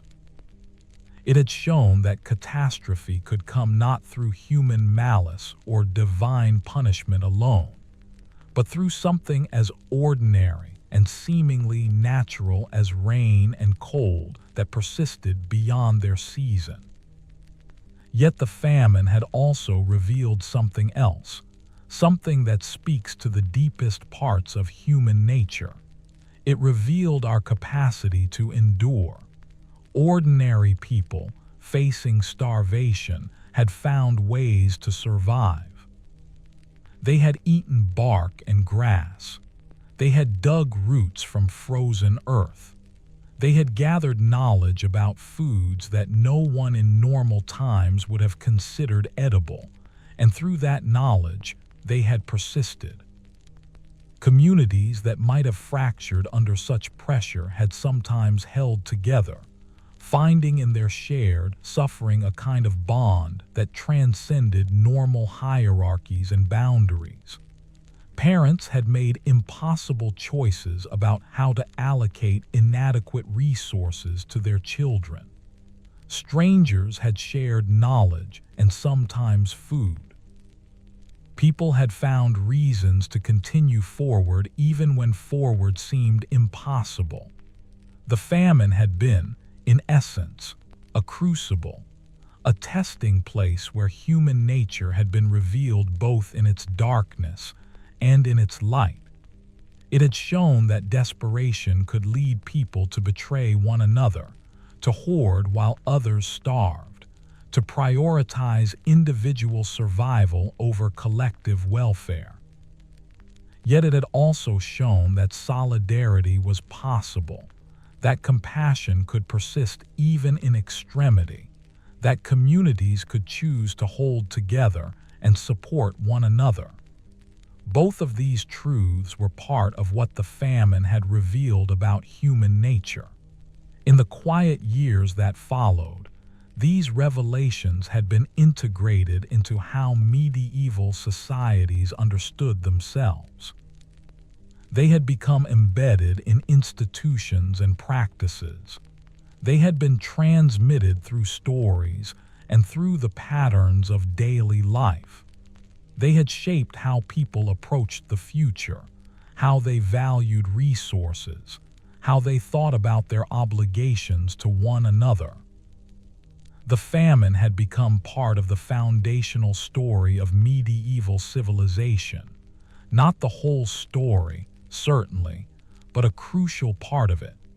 And yet, as we contemplate the famine from this distance of centuries, we might recognize something even more profound. The people who lived through the Great Famine did not know that they were living through a historical event. They did not know that their suffering would be recorded in chronicles and remembered across centuries. They were simply trying to live, to survive, to care for those they loved. They were ordinary people facing extraordinary circumstances. And in facing those circumstances, they had demonstrated something about what it means to be human. Not human as defined by our capacities for intellect or power or achievement, but human as defined by our capacity to endure, to adapt, to persist, to find connection and meaning even in darkness. We might think of an old woman in a village, many years after the famine had ended, sitting with her grandchildren and telling them about what had been endured. She is not telling them a grand historical narrative. She is not explaining the complex factors that had led to crop failure or discussing the implications for medieval society. She is simply sharing her memory, how the hunger had felt, how her family had survived, what they had learned about strength and about community. Her grandchildren listen, not fully understanding, but absorbing something essential about their family, their place, their history.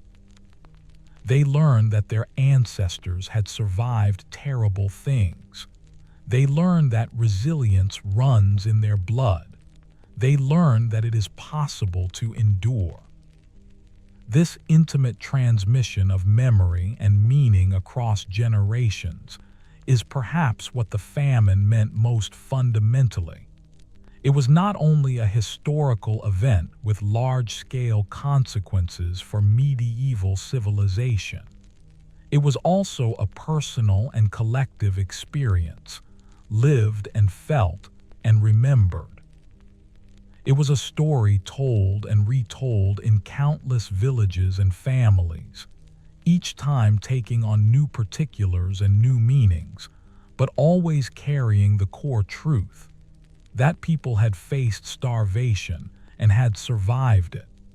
As we rest now with this history, as we allow it to settle into our consciousness in the quiet and the darkness, we might reflect on what the famine teaches us. It teaches us about human vulnerability, that we are more fragile than we sometimes imagine, that catastrophe can come suddenly, that the systems we depend upon are not infinitely reliable. It teaches us about human capacity, that we can endure things that seem unbearable, that we can create meaning and connection even in darkness, that resilience lives in ordinary people facing extraordinary circumstances. It teaches us about the importance of preparation, of building reserves, of maintaining relationships and networks that can support us when times are difficult. It teaches us about the value of knowledge, how to find food, how to preserve what we have, how to work together toward collective survival. It teaches us about community, how communities can be tested by crisis and either fracture or hold together, how mutual aid and cooperation matter when individual effort is insufficient, how we are bound to one another not just by social convention, but by the fundamental reality that we survive or perish together. The Great Famine also teaches us something about memory itself, how societies remember trauma, how they integrate suffering into their understanding of themselves, how memory can serve as a teacher and a guide for the future. The medieval people who lived through the famine and those who came after them ensured that it was not forgotten. They told the story. They embedded the lessons into their practices. They passed it forward to subsequent generations. And in doing so, they demonstrated the power of memory to shape consciousness and to guide behavior. Now, as we prepare to rest, to let sleep draw near, we can carry with us the knowledge that people have endured terrible things before. We can carry with us the recognition of human capacity for resilience and adaptation. We can carry with us the understanding that ordinary people, when faced with extraordinary challenges, sometimes discover capacities within themselves that they did not know they possessed. We can carry with us the knowledge that communities matter, that connection matters, that in our shared vulnerability, we find reasons to care for one another. The story of the Great Famine is, in a sense, a story about all of us, about human capacity and human fragility, about survival and loss, about the ways that suffering can both break us and teach us, about the stubborn persistence of life even in the face of forces that seem overwhelming. It is a story about ordinary people doing extraordinary things not because they were heroes or saints, but simply because they needed to survive and because they needed to care for those they loved. And so, we can let this story settle into us as we move towards sleep. We can feel in the quiet darkness the presence of all those people, the woman gathering bark from trees, the child learning to forage, the parent deciding how to stretch inadequate resources to feed their family, The grandmother telling stories to her grandchildren about what had been endured and survived. We can feel their presence not as something distant or abstract, but as something real and immediate, something that connects us to the long chain of human experience, something that reminds us that we are part of an ongoing story of survival and resilience that stretches across centuries. As sleep approaches, as we feel the weight of our bodies becoming heavier, as we allow our consciousness to soften and begin to drift, we can rest in the knowledge that this is what it means to be human, to be vulnerable, yes, but also to have the capacity to endure, to adapt, to persist, to be fragile, yes, but also to be resilient, to be capable of both darkness and light, of both selfishness and compassion, of both fracturing and healing.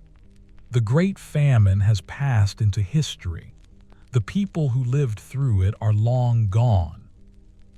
Yet their story remains, a gentle reminder as we move towards sleep, that we are part of something larger than ourselves.